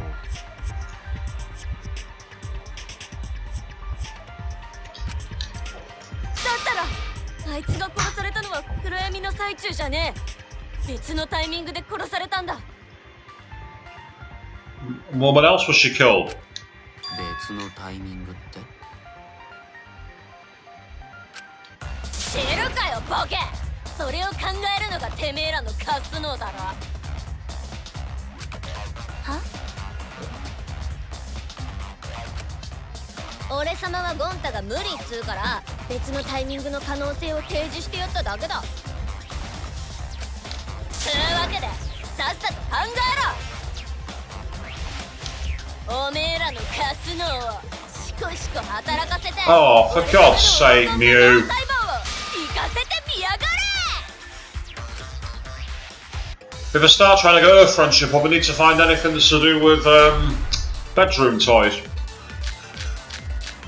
Okay, what have we got here? 茶柱が殺されたのは降霊術で暗くなった時じゃねえ。他に可能性がありそうなタイミングはないけど、彼女はずっとカゴの中にいて、カゴを開けた時には死んでいたんだよ。だったらカゴを開けた瞬間は？ No, it can't be that. いいかも。カゴを開けた瞬間に鎌で素早く刺したんだ。その場のみんなには見えないようにね。Ah, but the white sheet's got blood on it. It can't be. That's the contradiction. It's Gonta.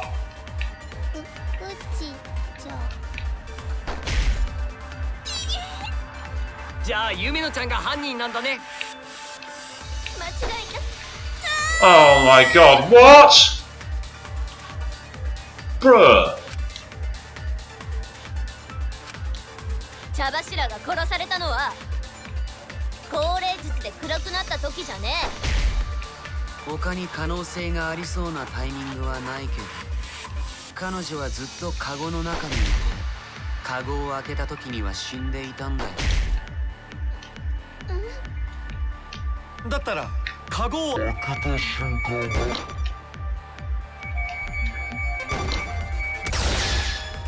それは違うぞ。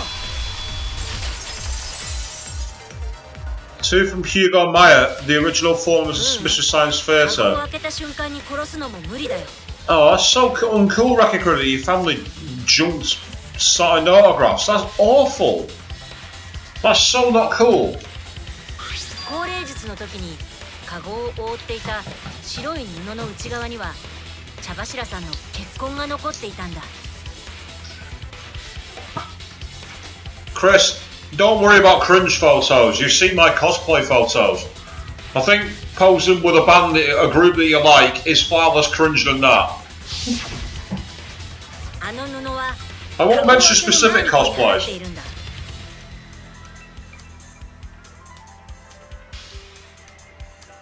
カゴを開けた瞬間に茶柱さんを刺したなら、白い布の内側に血痕が付着しているはずないよね。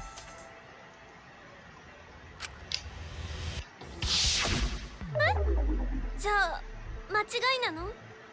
あんなに激しく言っちゃったのに。やっぱり茶柱さんは高齢術で暗くなっていた間に殺されたとしか。てめえを開発してやる。 Oh, for God's sake, right. いや Save.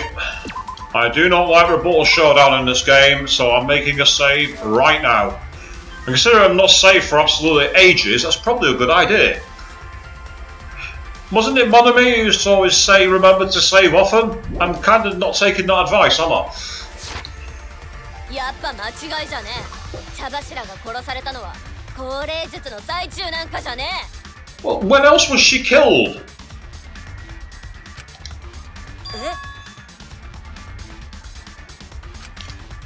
今からそれを証明してやる。ここからは俺様の黄金の脳細胞も本気だ。 Okay.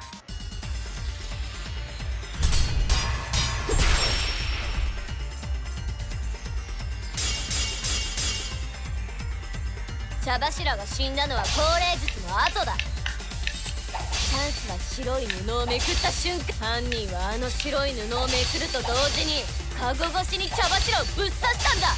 カゴの隙間から細い凶器を投入。その投入でシーツに赤いシミが付着したんだ。でも凶器は鎌なんだよ。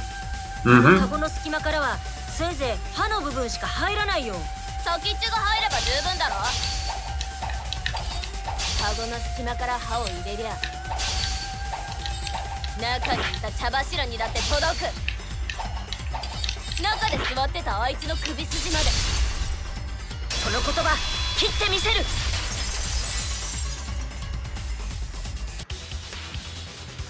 ちょっと待って、茶柱さんはカゴの中で座っていたんじゃないんだ。 Mm-hmm.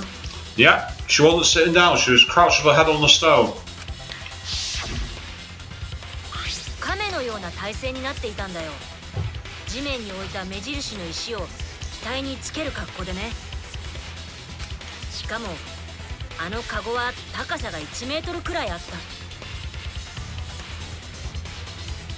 た。中で亀の体勢になっている茶柱さんを刺すには刃渡り15センチの鎌じゃ届かないよ。 Yes, golden brain wrecking crew, I agree. It's not the most golden. 大丈夫だよ。イルマちゃんが恥ずかしい人間なのはみんな Oh, wow. 知ってるし。 Kokichi's being that guy here today, isn't it? 安心していいよ。 Oh, Gonti, you don't realise you just agreed with a really insulting insult.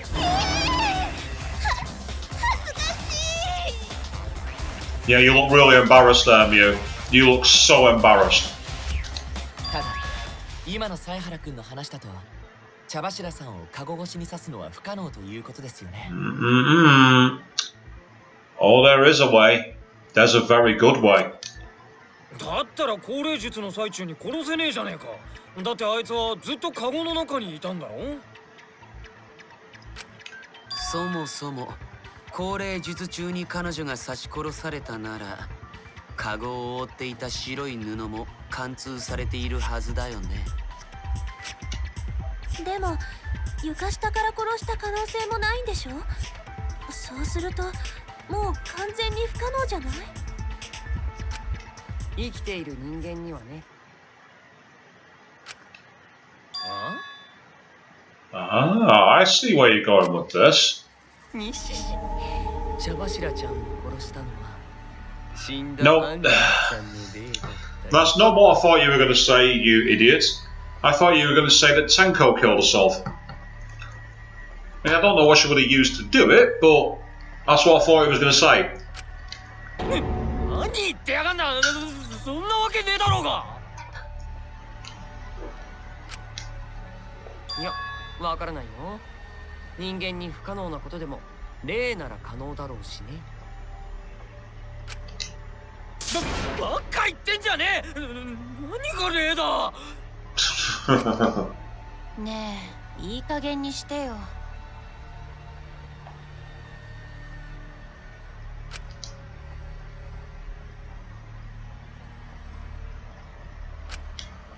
アンジーの霊が天子を殺したじゃと。それはなぜじゃ。夢のさ。Could Ator have taken her? Maybe, but I doubt it.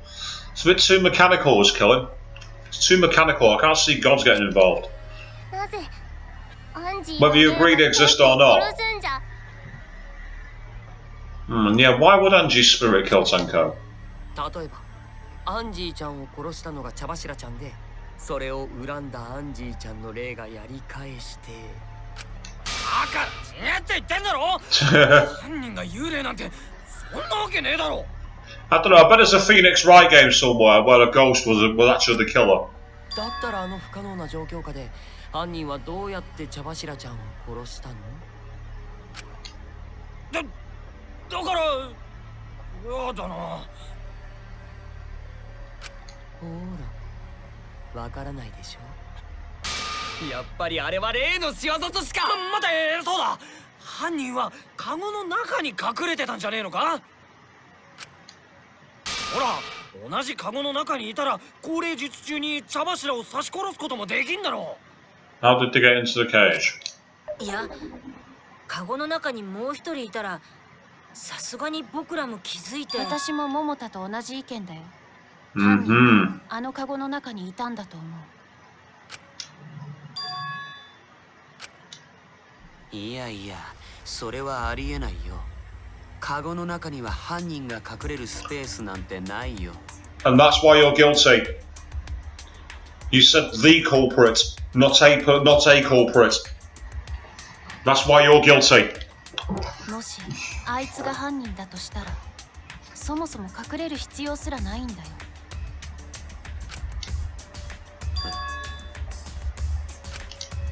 それにあいつならいつでもカゴの中で殺すことができたはずだから。今の疑問は一気にクリアになると思うけど。 Yeah, I know exactly what you're getting at. I don't think it's the answer, but it's definitely a possibility.「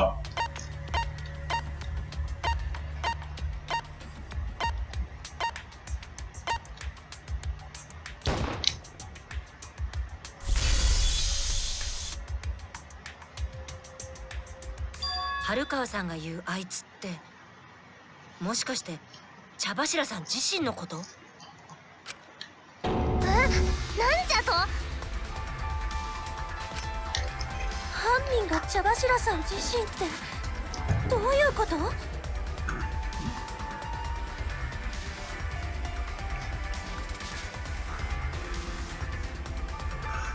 You said whilst you agree with who?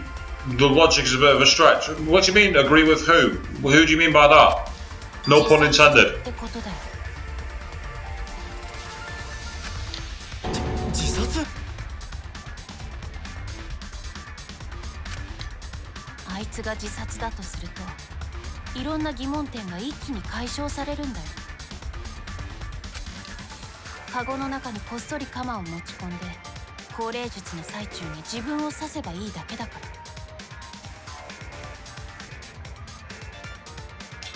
Oh, I see. So you're talking about the culprit thing. Pretty well translated, but translated all the same.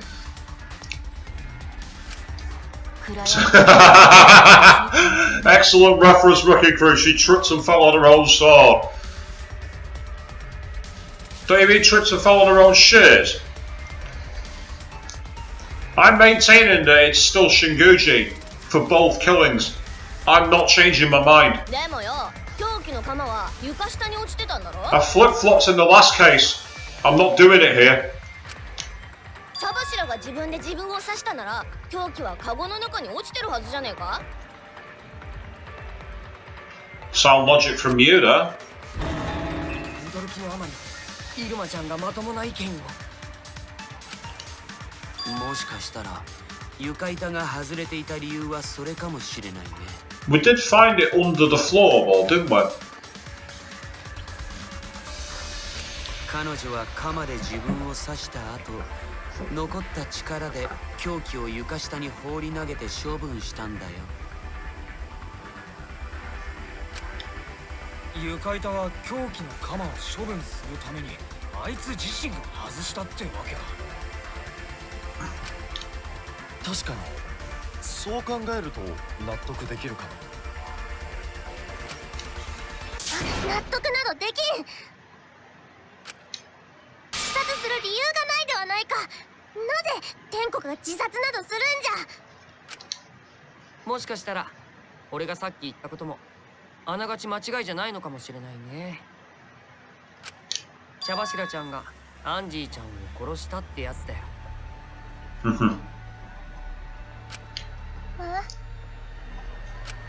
ほら、茶柱ちゃんとアンジーちゃんってよく夢のちゃんを。 That was initially my theory until Tenko turned up dead.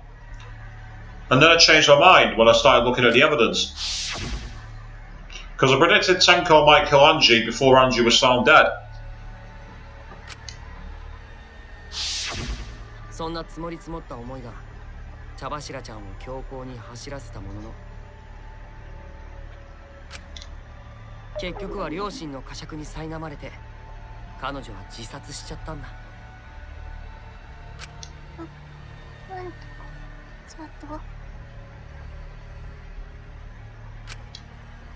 けどよ、あいつが自殺だとしたらなんでわざわざ高齢術中に死んだんだ。もちろん自分の死の真相を隠すためだよ。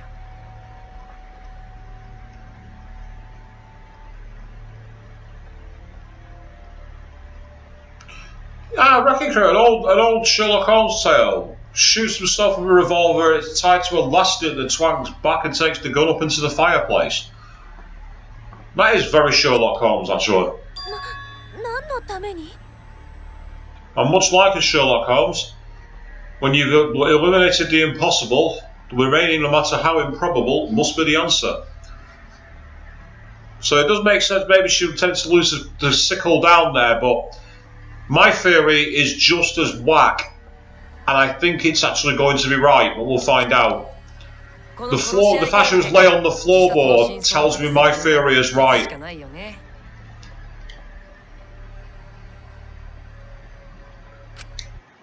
みんなを道連れにするためだ。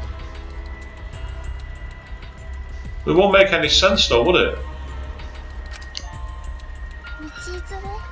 If you're talking about you think it's likely about her killing herself with the sickle, I agree with you, Wrecking Crew. I don't think she killed herself. I think she was murdered. And she was murdered because she was the primary target. And I think Angie's death is because Angie came into that room seeking a candle for the Necromonicon for her resurrection ritual she was looking to do. And I think Angie just was in the wrong place at the wrong time, which is very similar to what happened in Chapter 3 of Goodbye Despair with Hiyoko. And much like that, the primary target was killed second. It's exactly the same as Chapter 3 of Goodbye Despair. みんなを道連れにしようとしたんだ。つまりこれは一種の無理心中なんだよ。まあ本当に心中したかった相手は夢野ちゃんだけかもしれないけどさ。何を言っておる。天子はそんなやつではない。だってあやつは宇宙に行ったんじゃ。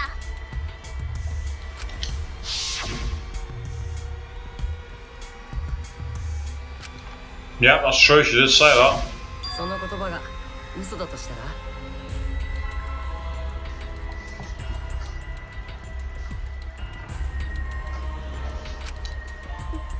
嘘。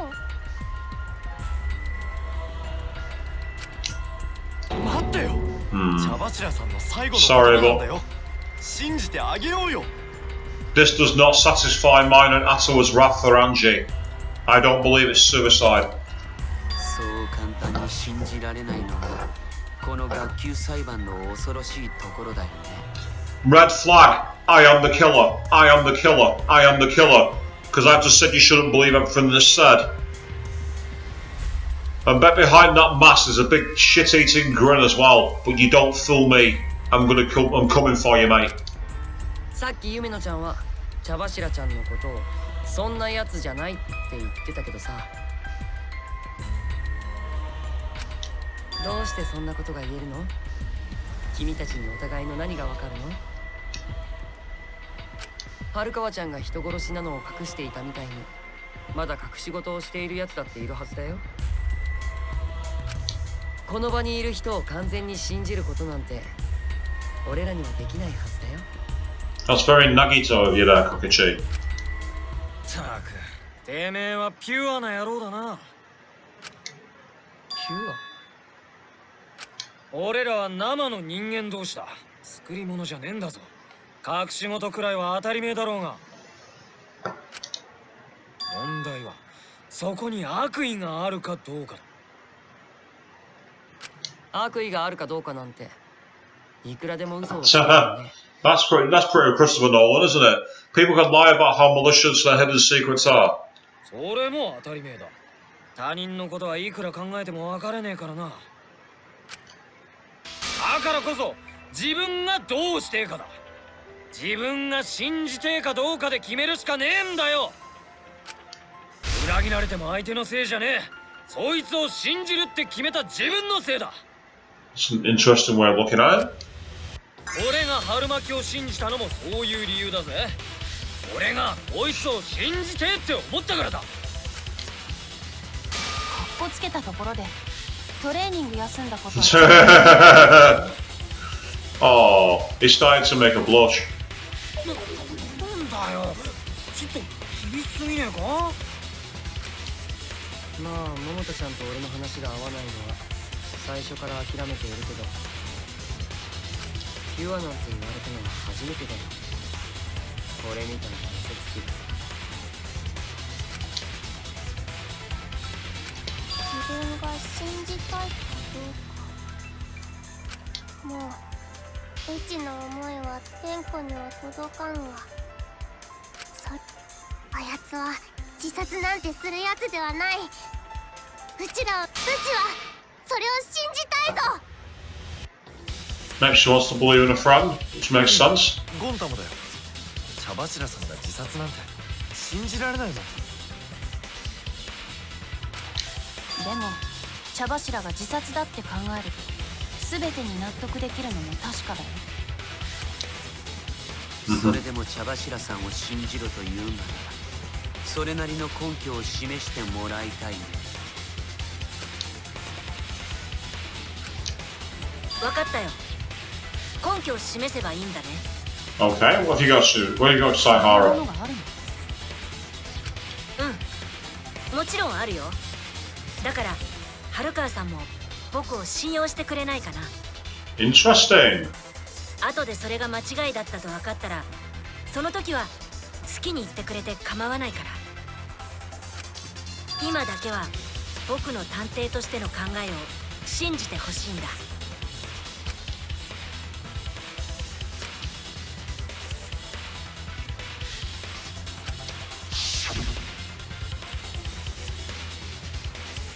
Mm-hmm.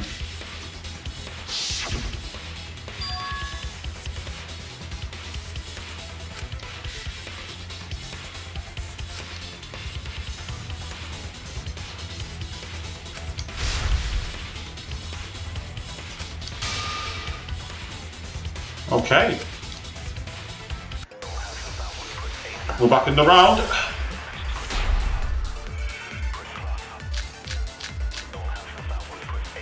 やっぱり自殺の可能性は高いと思う。彼女はみんなを道連れにするためにその真相を隠そうとしたんだよ。天子はそんなやつではない。でも茶柱さんが自殺だとすると高齢術中に死んだ謎は解けるよね。あいつ自身がこっそり鎌を持ち込んで自分を刺せばいいだけだからな。最後に彼女は余力を振り絞って鎌を床下に投げ捨てればいいだろう。I don't trust. I mentioned last of her strength.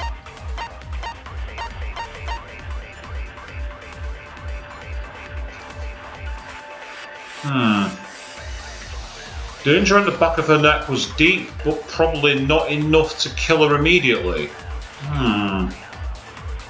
Do I sense a moment of lie here? I wonder.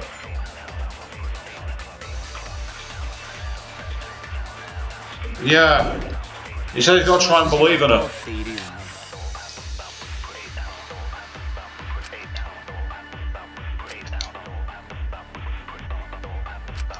やっぱり自 Yeah, 殺の I've 可 got 能 a 性が lie. 高いと思う。彼女はみんなを道連れにするためにその真相を隠そうとしたんだ。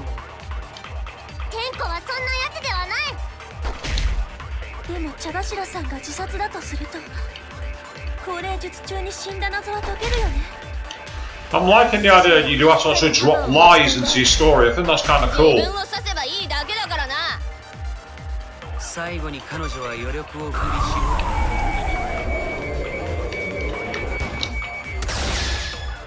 これで真実を暴く。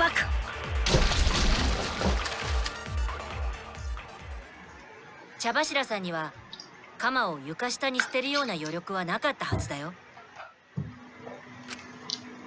て彼女は即死だったからね。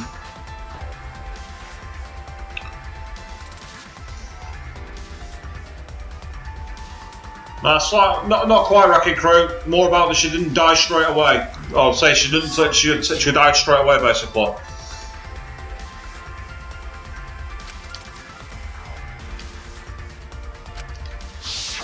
And that's why he asked Maki to trust him.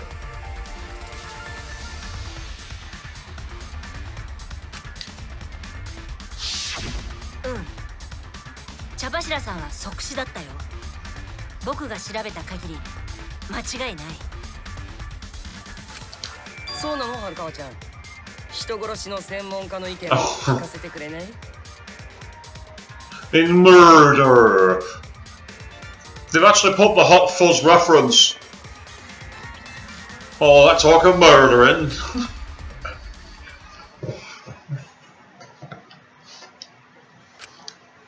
春川さん。そうだったね。大事なことなのにすっかり忘れてたよ。茶柱は即死だったっけ？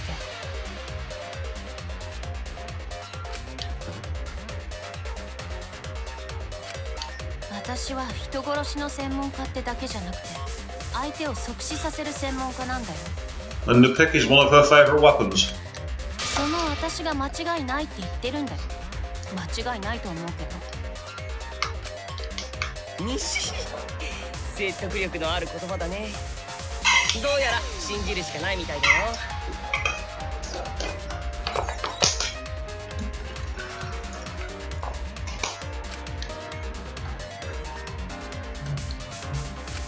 つうか、そんな大事なことを忘れてんじゃねえよ。春巻は後で週一に謝れよ。You are so cruising.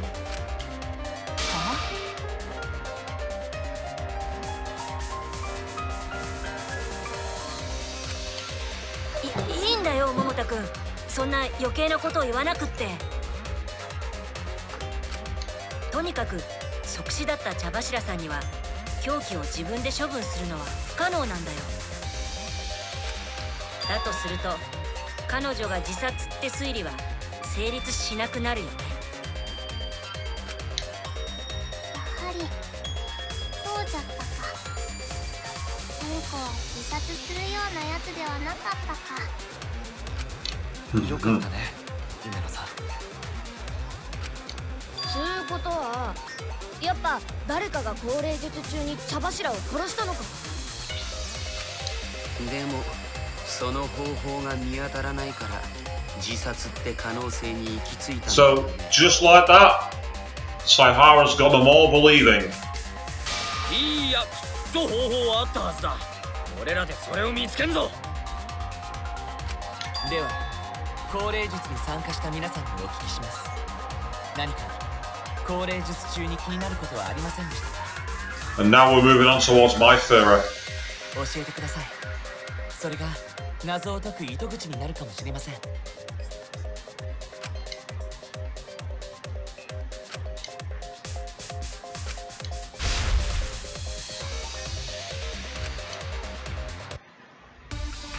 Oh, back in the round. Oh, the classic music. Ah.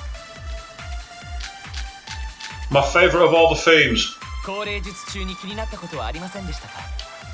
気になったことならあるよ。降霊術が失敗したことだ。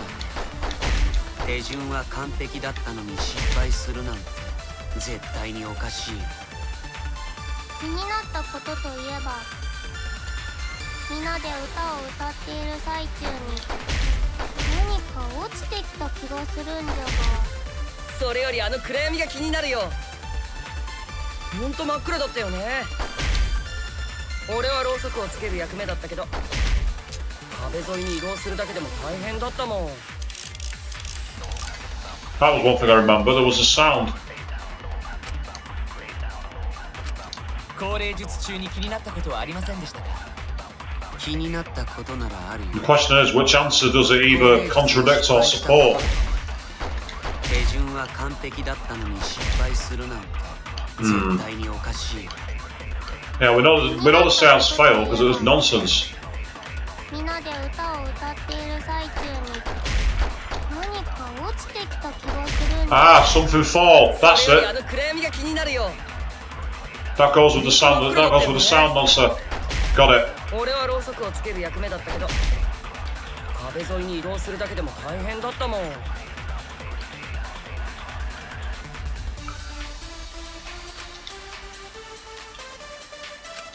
I think you might have said that answer just as I thought of it, Wrecking Crew. 気になったことならあるよ。降霊術が失敗したことだ。手順は完璧だったのに失敗するなんて絶対におかしい。気になったことといえば、みんなで歌を歌っている最中に何か落ちてきた気がするんじゃが。 Oh, I hit the wrong それよ button. りあの暗闇が気になるよ。 I meant to hit the shoulder button to allow me to concentrate. I hit the one to change bullets like an idiot. Sorry about this, guys. One more time. 移動するだけでも大変だったもん。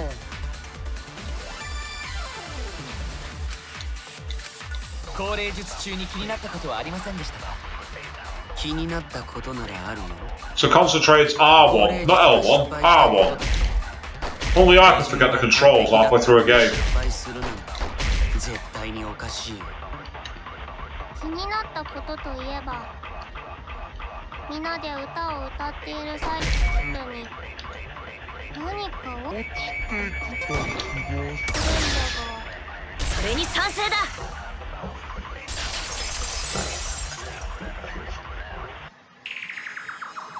夢野さんが何か落ちてきたと思ってるのってあの物音のせいだよね。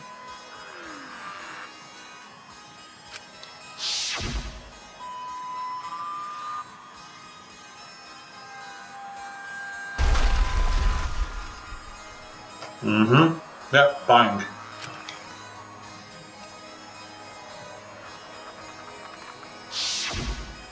何か重いものが落ちてきて勢いよく床板にぶつかったような音じゃったが、あれは何が落ちてきた音だったんじゃ。そもそも落ちてきたの？空き部屋の天井に落ちてくるものなんてなかったよね。 Nope. It's because something moved upwards. 違うのか？うちはてっきりそう思っておったが。でも確かに激しい物音だったね。何かが床板にぶつかったのは間違いないはずだけど。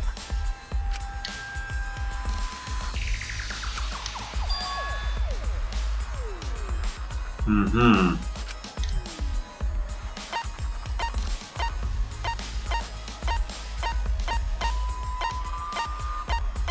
If I'm right, yeah, that'll be it. これだ。あの物音って床板が外れたことと関係しているんじゃないかな。だってあの物音も床板が外れたのも同じく暗闇の中で起きたことでしょ。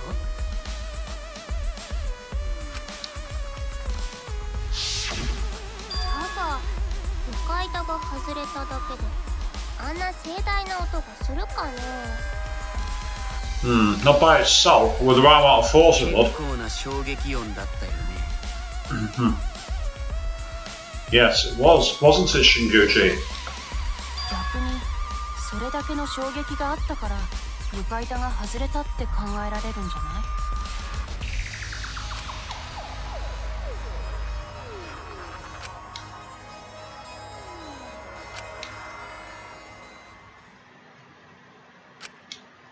おーし、だったら次はそれだ。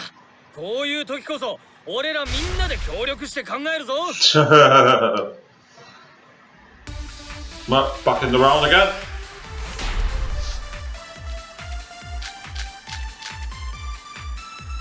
で、床板が外れた理由は何だ？あの音からしてかなりの衝撃だとは思うけど。降霊術に参加した誰かが勢いよく床板を剥がしたとか？Thought about tore it off, we'll be able to do that. カゴの上に乗せた木像が落ちたんだ。 No, I was on top of the cage. ずっとカゴに乗ってたんじゃねえのか？ Thank you, Mew. 下に潜んでいた犯人が下から思いっきり立ち上がったんだよ。床下には誰もいねえって話だったろ。誰かが上から勢いよく床板を踏み抜いたんだ。踏み抜くと外れる床板なんて危ねえな。つうか、なんで俺様がツッコミ役なんだ。夜の突っ込まれ役は平太なのにね。So, 僕は言ってんじゃねえよ。パンツの中のボールは友達さ。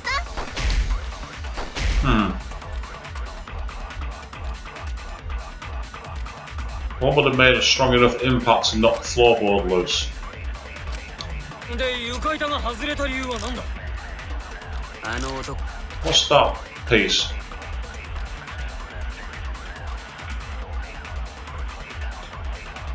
Right, yeah. So that created enough to make it stick around without falling through. The question is, what does it support? 勢いよく床板を剥がしたとか？そんなの大した衝撃音にならねえだろ。カゴの上に乗せた木像が落ちたんだ。木像はずっとカゴに乗ってたんじゃねえのか？床下に潜んでいた犯人が下から思いっきり立ち上がったんだよ。床下には誰もいねえって話だったろ。誰かが上から勢いよく床板を踏み抜いたんだ。Ah, stomp through the floorboard with the cross piece underneath that I'm making up the sound. なんで俺様がツッコミ役なんだ。 At least I'm assuming so. 僕は言ってんじゃねえよ。パンツの中のボールは友達さ。 Oh god, really? Ugh. で、床板が外れた理由は何だ？あの音からしてかなりの衝撃だとは思うけど。降霊術に参加した誰かが勢いよく床板を剥がしたとか？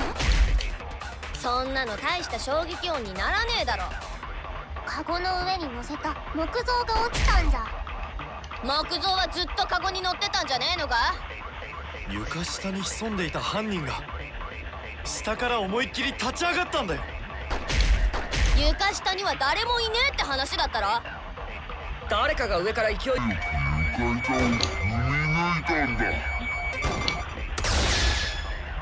れに賛成だ。 I have to agree with the person I don't like. And how did I manage to miss on a concentration shot? I'm disappointed with myself. 言う通りだ。床板が外れたのは誰かが踏み抜いたせいだよ。でも床板は全部ちゃんとはまってたよ。最初に空き部屋に行った時にゴンタが調べたんだ。最初に調べた時はそうかもしれないけど、僕が捜査中に床下を調べた時は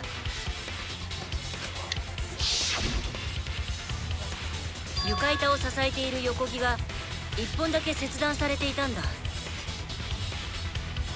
しかも切断面を見る限り、誰かの手で切られたのは間違いなさそうだよ。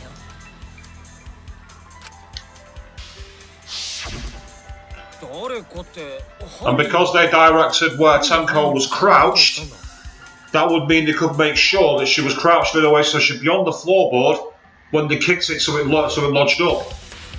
横木を切って床板を踏み抜けるようにして何の意味があるんだろうね。 We'll do a quick save here. So I'm planning for tonight to end at the mid-trial save and then pick up again tomorrow, because the last time we did a class trial we ended up till 1 o'clock in the morning. and it's midweek, so I can't do that. I still have work tomorrow, even though it's in my lounge. And yeah, I agree with you, Rekagrit. It's not a suicide, it's premeditated. This is a murder. And I think I understand. By cutting the cross piece out of the floorboard, it meant they could stamp on it and lift her body, kind of like a catapult.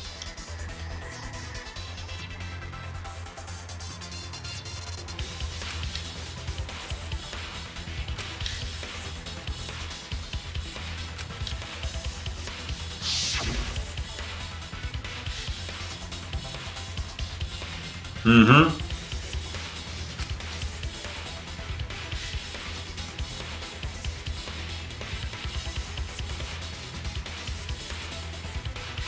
Yeah. So I'm right. And she flips back into the weapon.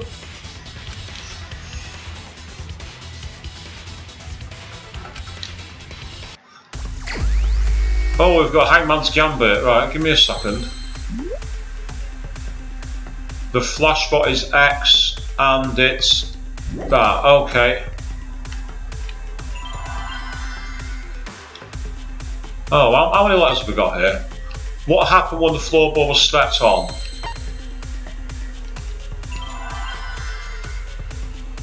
Right, hang on.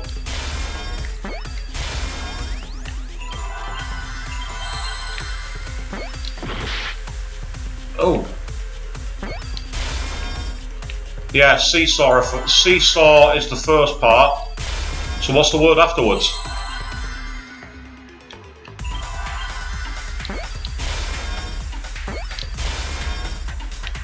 Right, seesaw, 6 letters, E, F, C, aha! E, F, effect, seesaw effect, that's it, gotcha. Tell me there's a T here somewhere. I think that was there, round about there.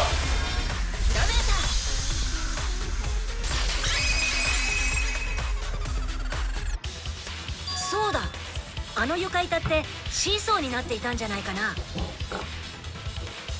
And thank you, Angie, for your Atawa skill to make that much wider light effect. That makes the Hangman's Gambit a hell of a lot easier. It's come to use in her trial. My Bay is helping me from beyond the grave. That's how determined she is to capture her own killer. My Bay's skill, Atawa's intuition. そして床板を支えていた他の2本の横木は茶柱さんの真下と床板の中央付近にあった。この状態で横木がなくなった床板の端を強く踏み抜くと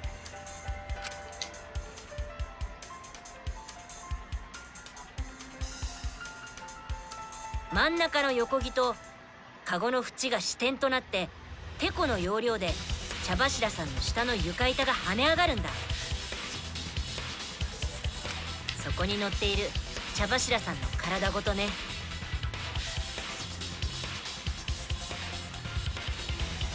I mean, it's taking incredible balance from the person jumping into the board in the dark. If they go back top heavy, they fall right over. So it's an insane risk.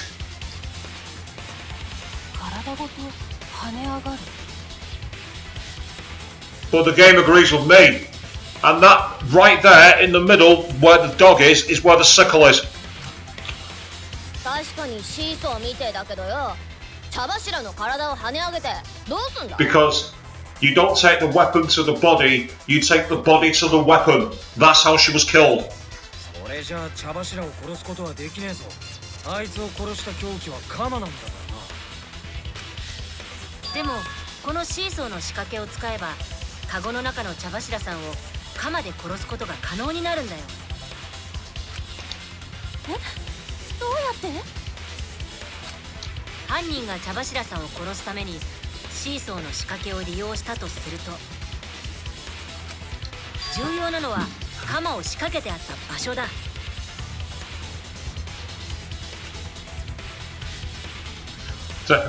I say, Racket, the old stream last night is up there. It had all the investigation for both murders. I think it's about 2.5 hours long, I think, wasn't it, Chris? I'm pretty sure you watched it.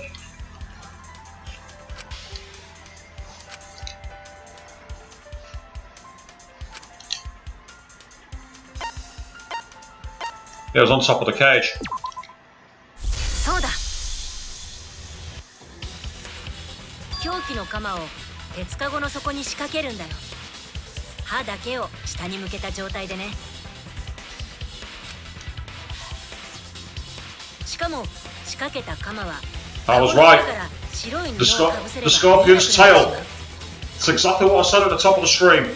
They create a scorpion's tail with さら it. にその布の上に木像を置くことで鎌は完全に鉄かごの底に固定されるんだ。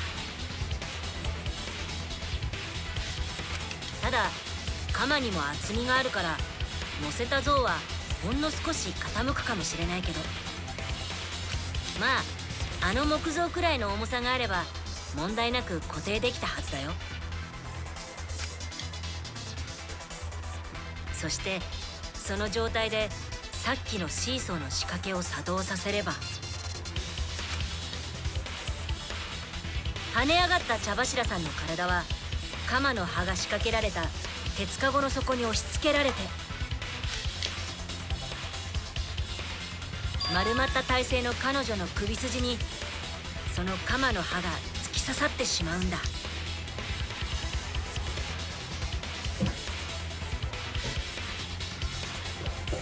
Yeah, it does make sense that, Chris. I agree with you. I think that's more like most likely chronology, unless he decides to do a teaser where it's just before Temko's case is solved. 中の人を刺すにはリーチが足りないって話だったけど。 Oh wow, Rakigu, so you got loads of people streaming at once. That's a lot of data to consume. Luckily they've removed all the data caps, haven't they? According to what I've seen on the news. Well, I say on the news, I've read the news, I don't actually watch TV. But I've seen a lot of headlines saying they've got data caps removed. Just as well, because we're all busy watching Netflix and live streams and other stuff. And excellent reference. Ooh, nasty. I say, somewhere in my videos, Wrecking Crew, there is the video called The Ice Palace of Iasandre, which is where I do a read-through of a nightmare teletext game that a company called Castle Teletext managed to restore and put online. So you probably get a kick out of reading that if you're into Nightmare. まさに逆転の発想ですね。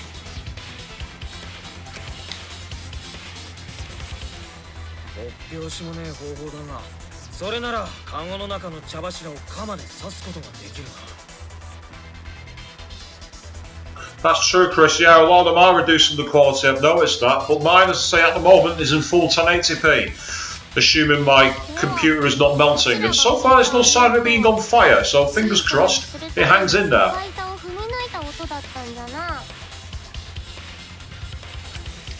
あの床板はその時の衝撃で外れちゃったんだね。なるほど、名付けてシーソー殺人事件か。 Yeah, they used to have quite a few of them, didn't they, Wrecking Crew? They had like one every like 2 months or so, and they'd have a new story, and you were there using your coloured keys, red, yellow, green and blue. This one was, like I say, it's about the Ice Palace and the Frozen Winds. ってなんだよ、シーソー殺人って。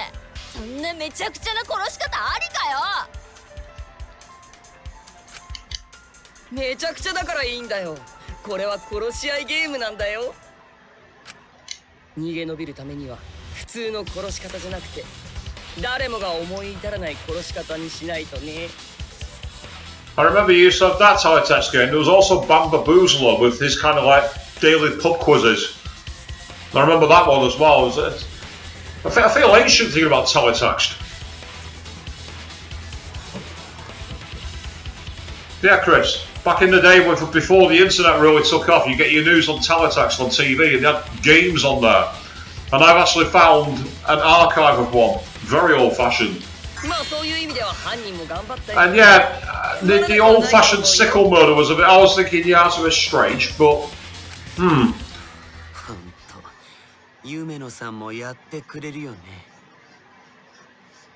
Haha.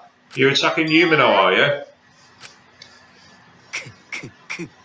Not possible. このシーソー殺人を仕組んだ犯人って君でしょ? It's definitely him. If I'm right, Saihara was on the back left, Kokichi on the back right, and then on the far corner left was Yumino, and he was on the right hand side of the room. It's him. He's the killer. なんでそうなるの? この計画を実行できたのが彼女しかいないから。 Yeah, Bambaboozle was ace. He used to have some kinds of proper obscure questions. And also, anytime you lost, they had that really pixelated view of you getting kicked out because you failed. It was like, get out, I'm afraid it's an early bath for you, and things like that. 夢野さんしかいないってどうして?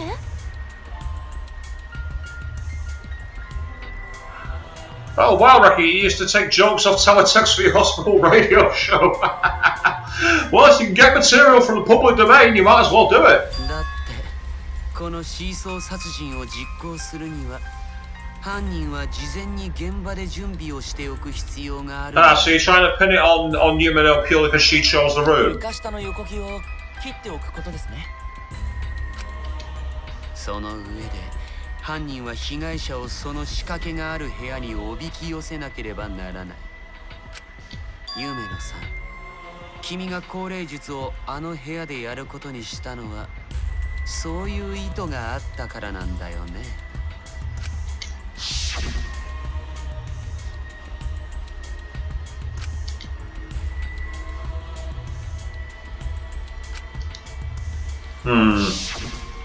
そうや、降霊術の場所を決めたのは夢野だったな。 She may have chose the side, but I didn't think she prepared it. I don't buy it. She's too busy believing in magic. きっと彼女はどこかで僕がやろうとしていた降霊術の内容を知ったんだろうね。 Being a magician, she'd know about sleight of hand and deception. あれだけアピールしていた上に降霊術の文献も研究教室に置きっぱなしでしたからね。そしてこの犯行計画を思いついた夢野さんは先にシーソーの仕掛けを作っておき、僕が降霊術をやろうと言い出したタイミングで迷わず真ん中の空き部屋を提案したんだ。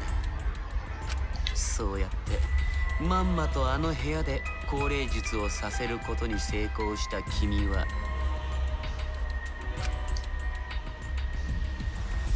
そこで計画通りに茶柱さんを殺したんだ。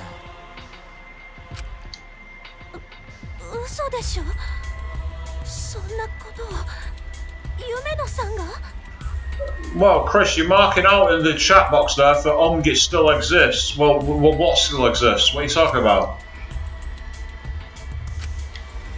よりにもよって茶柱ちゃんが大好きだった夢野ちゃんが彼女を殺した犯人とはね。ちょっと待ってよ。まだそう決まったわけじゃないよね。違うよね、夢野さん。夢野さんが茶柱さんを殺すはずないよね。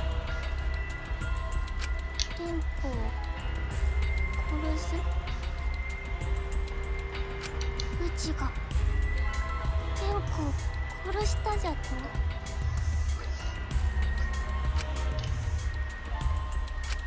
夢野さん。どうしたんですか? Oh, Bamboozle still exists. Wow, I'm amazed at that. I thought that had long been consigned to history.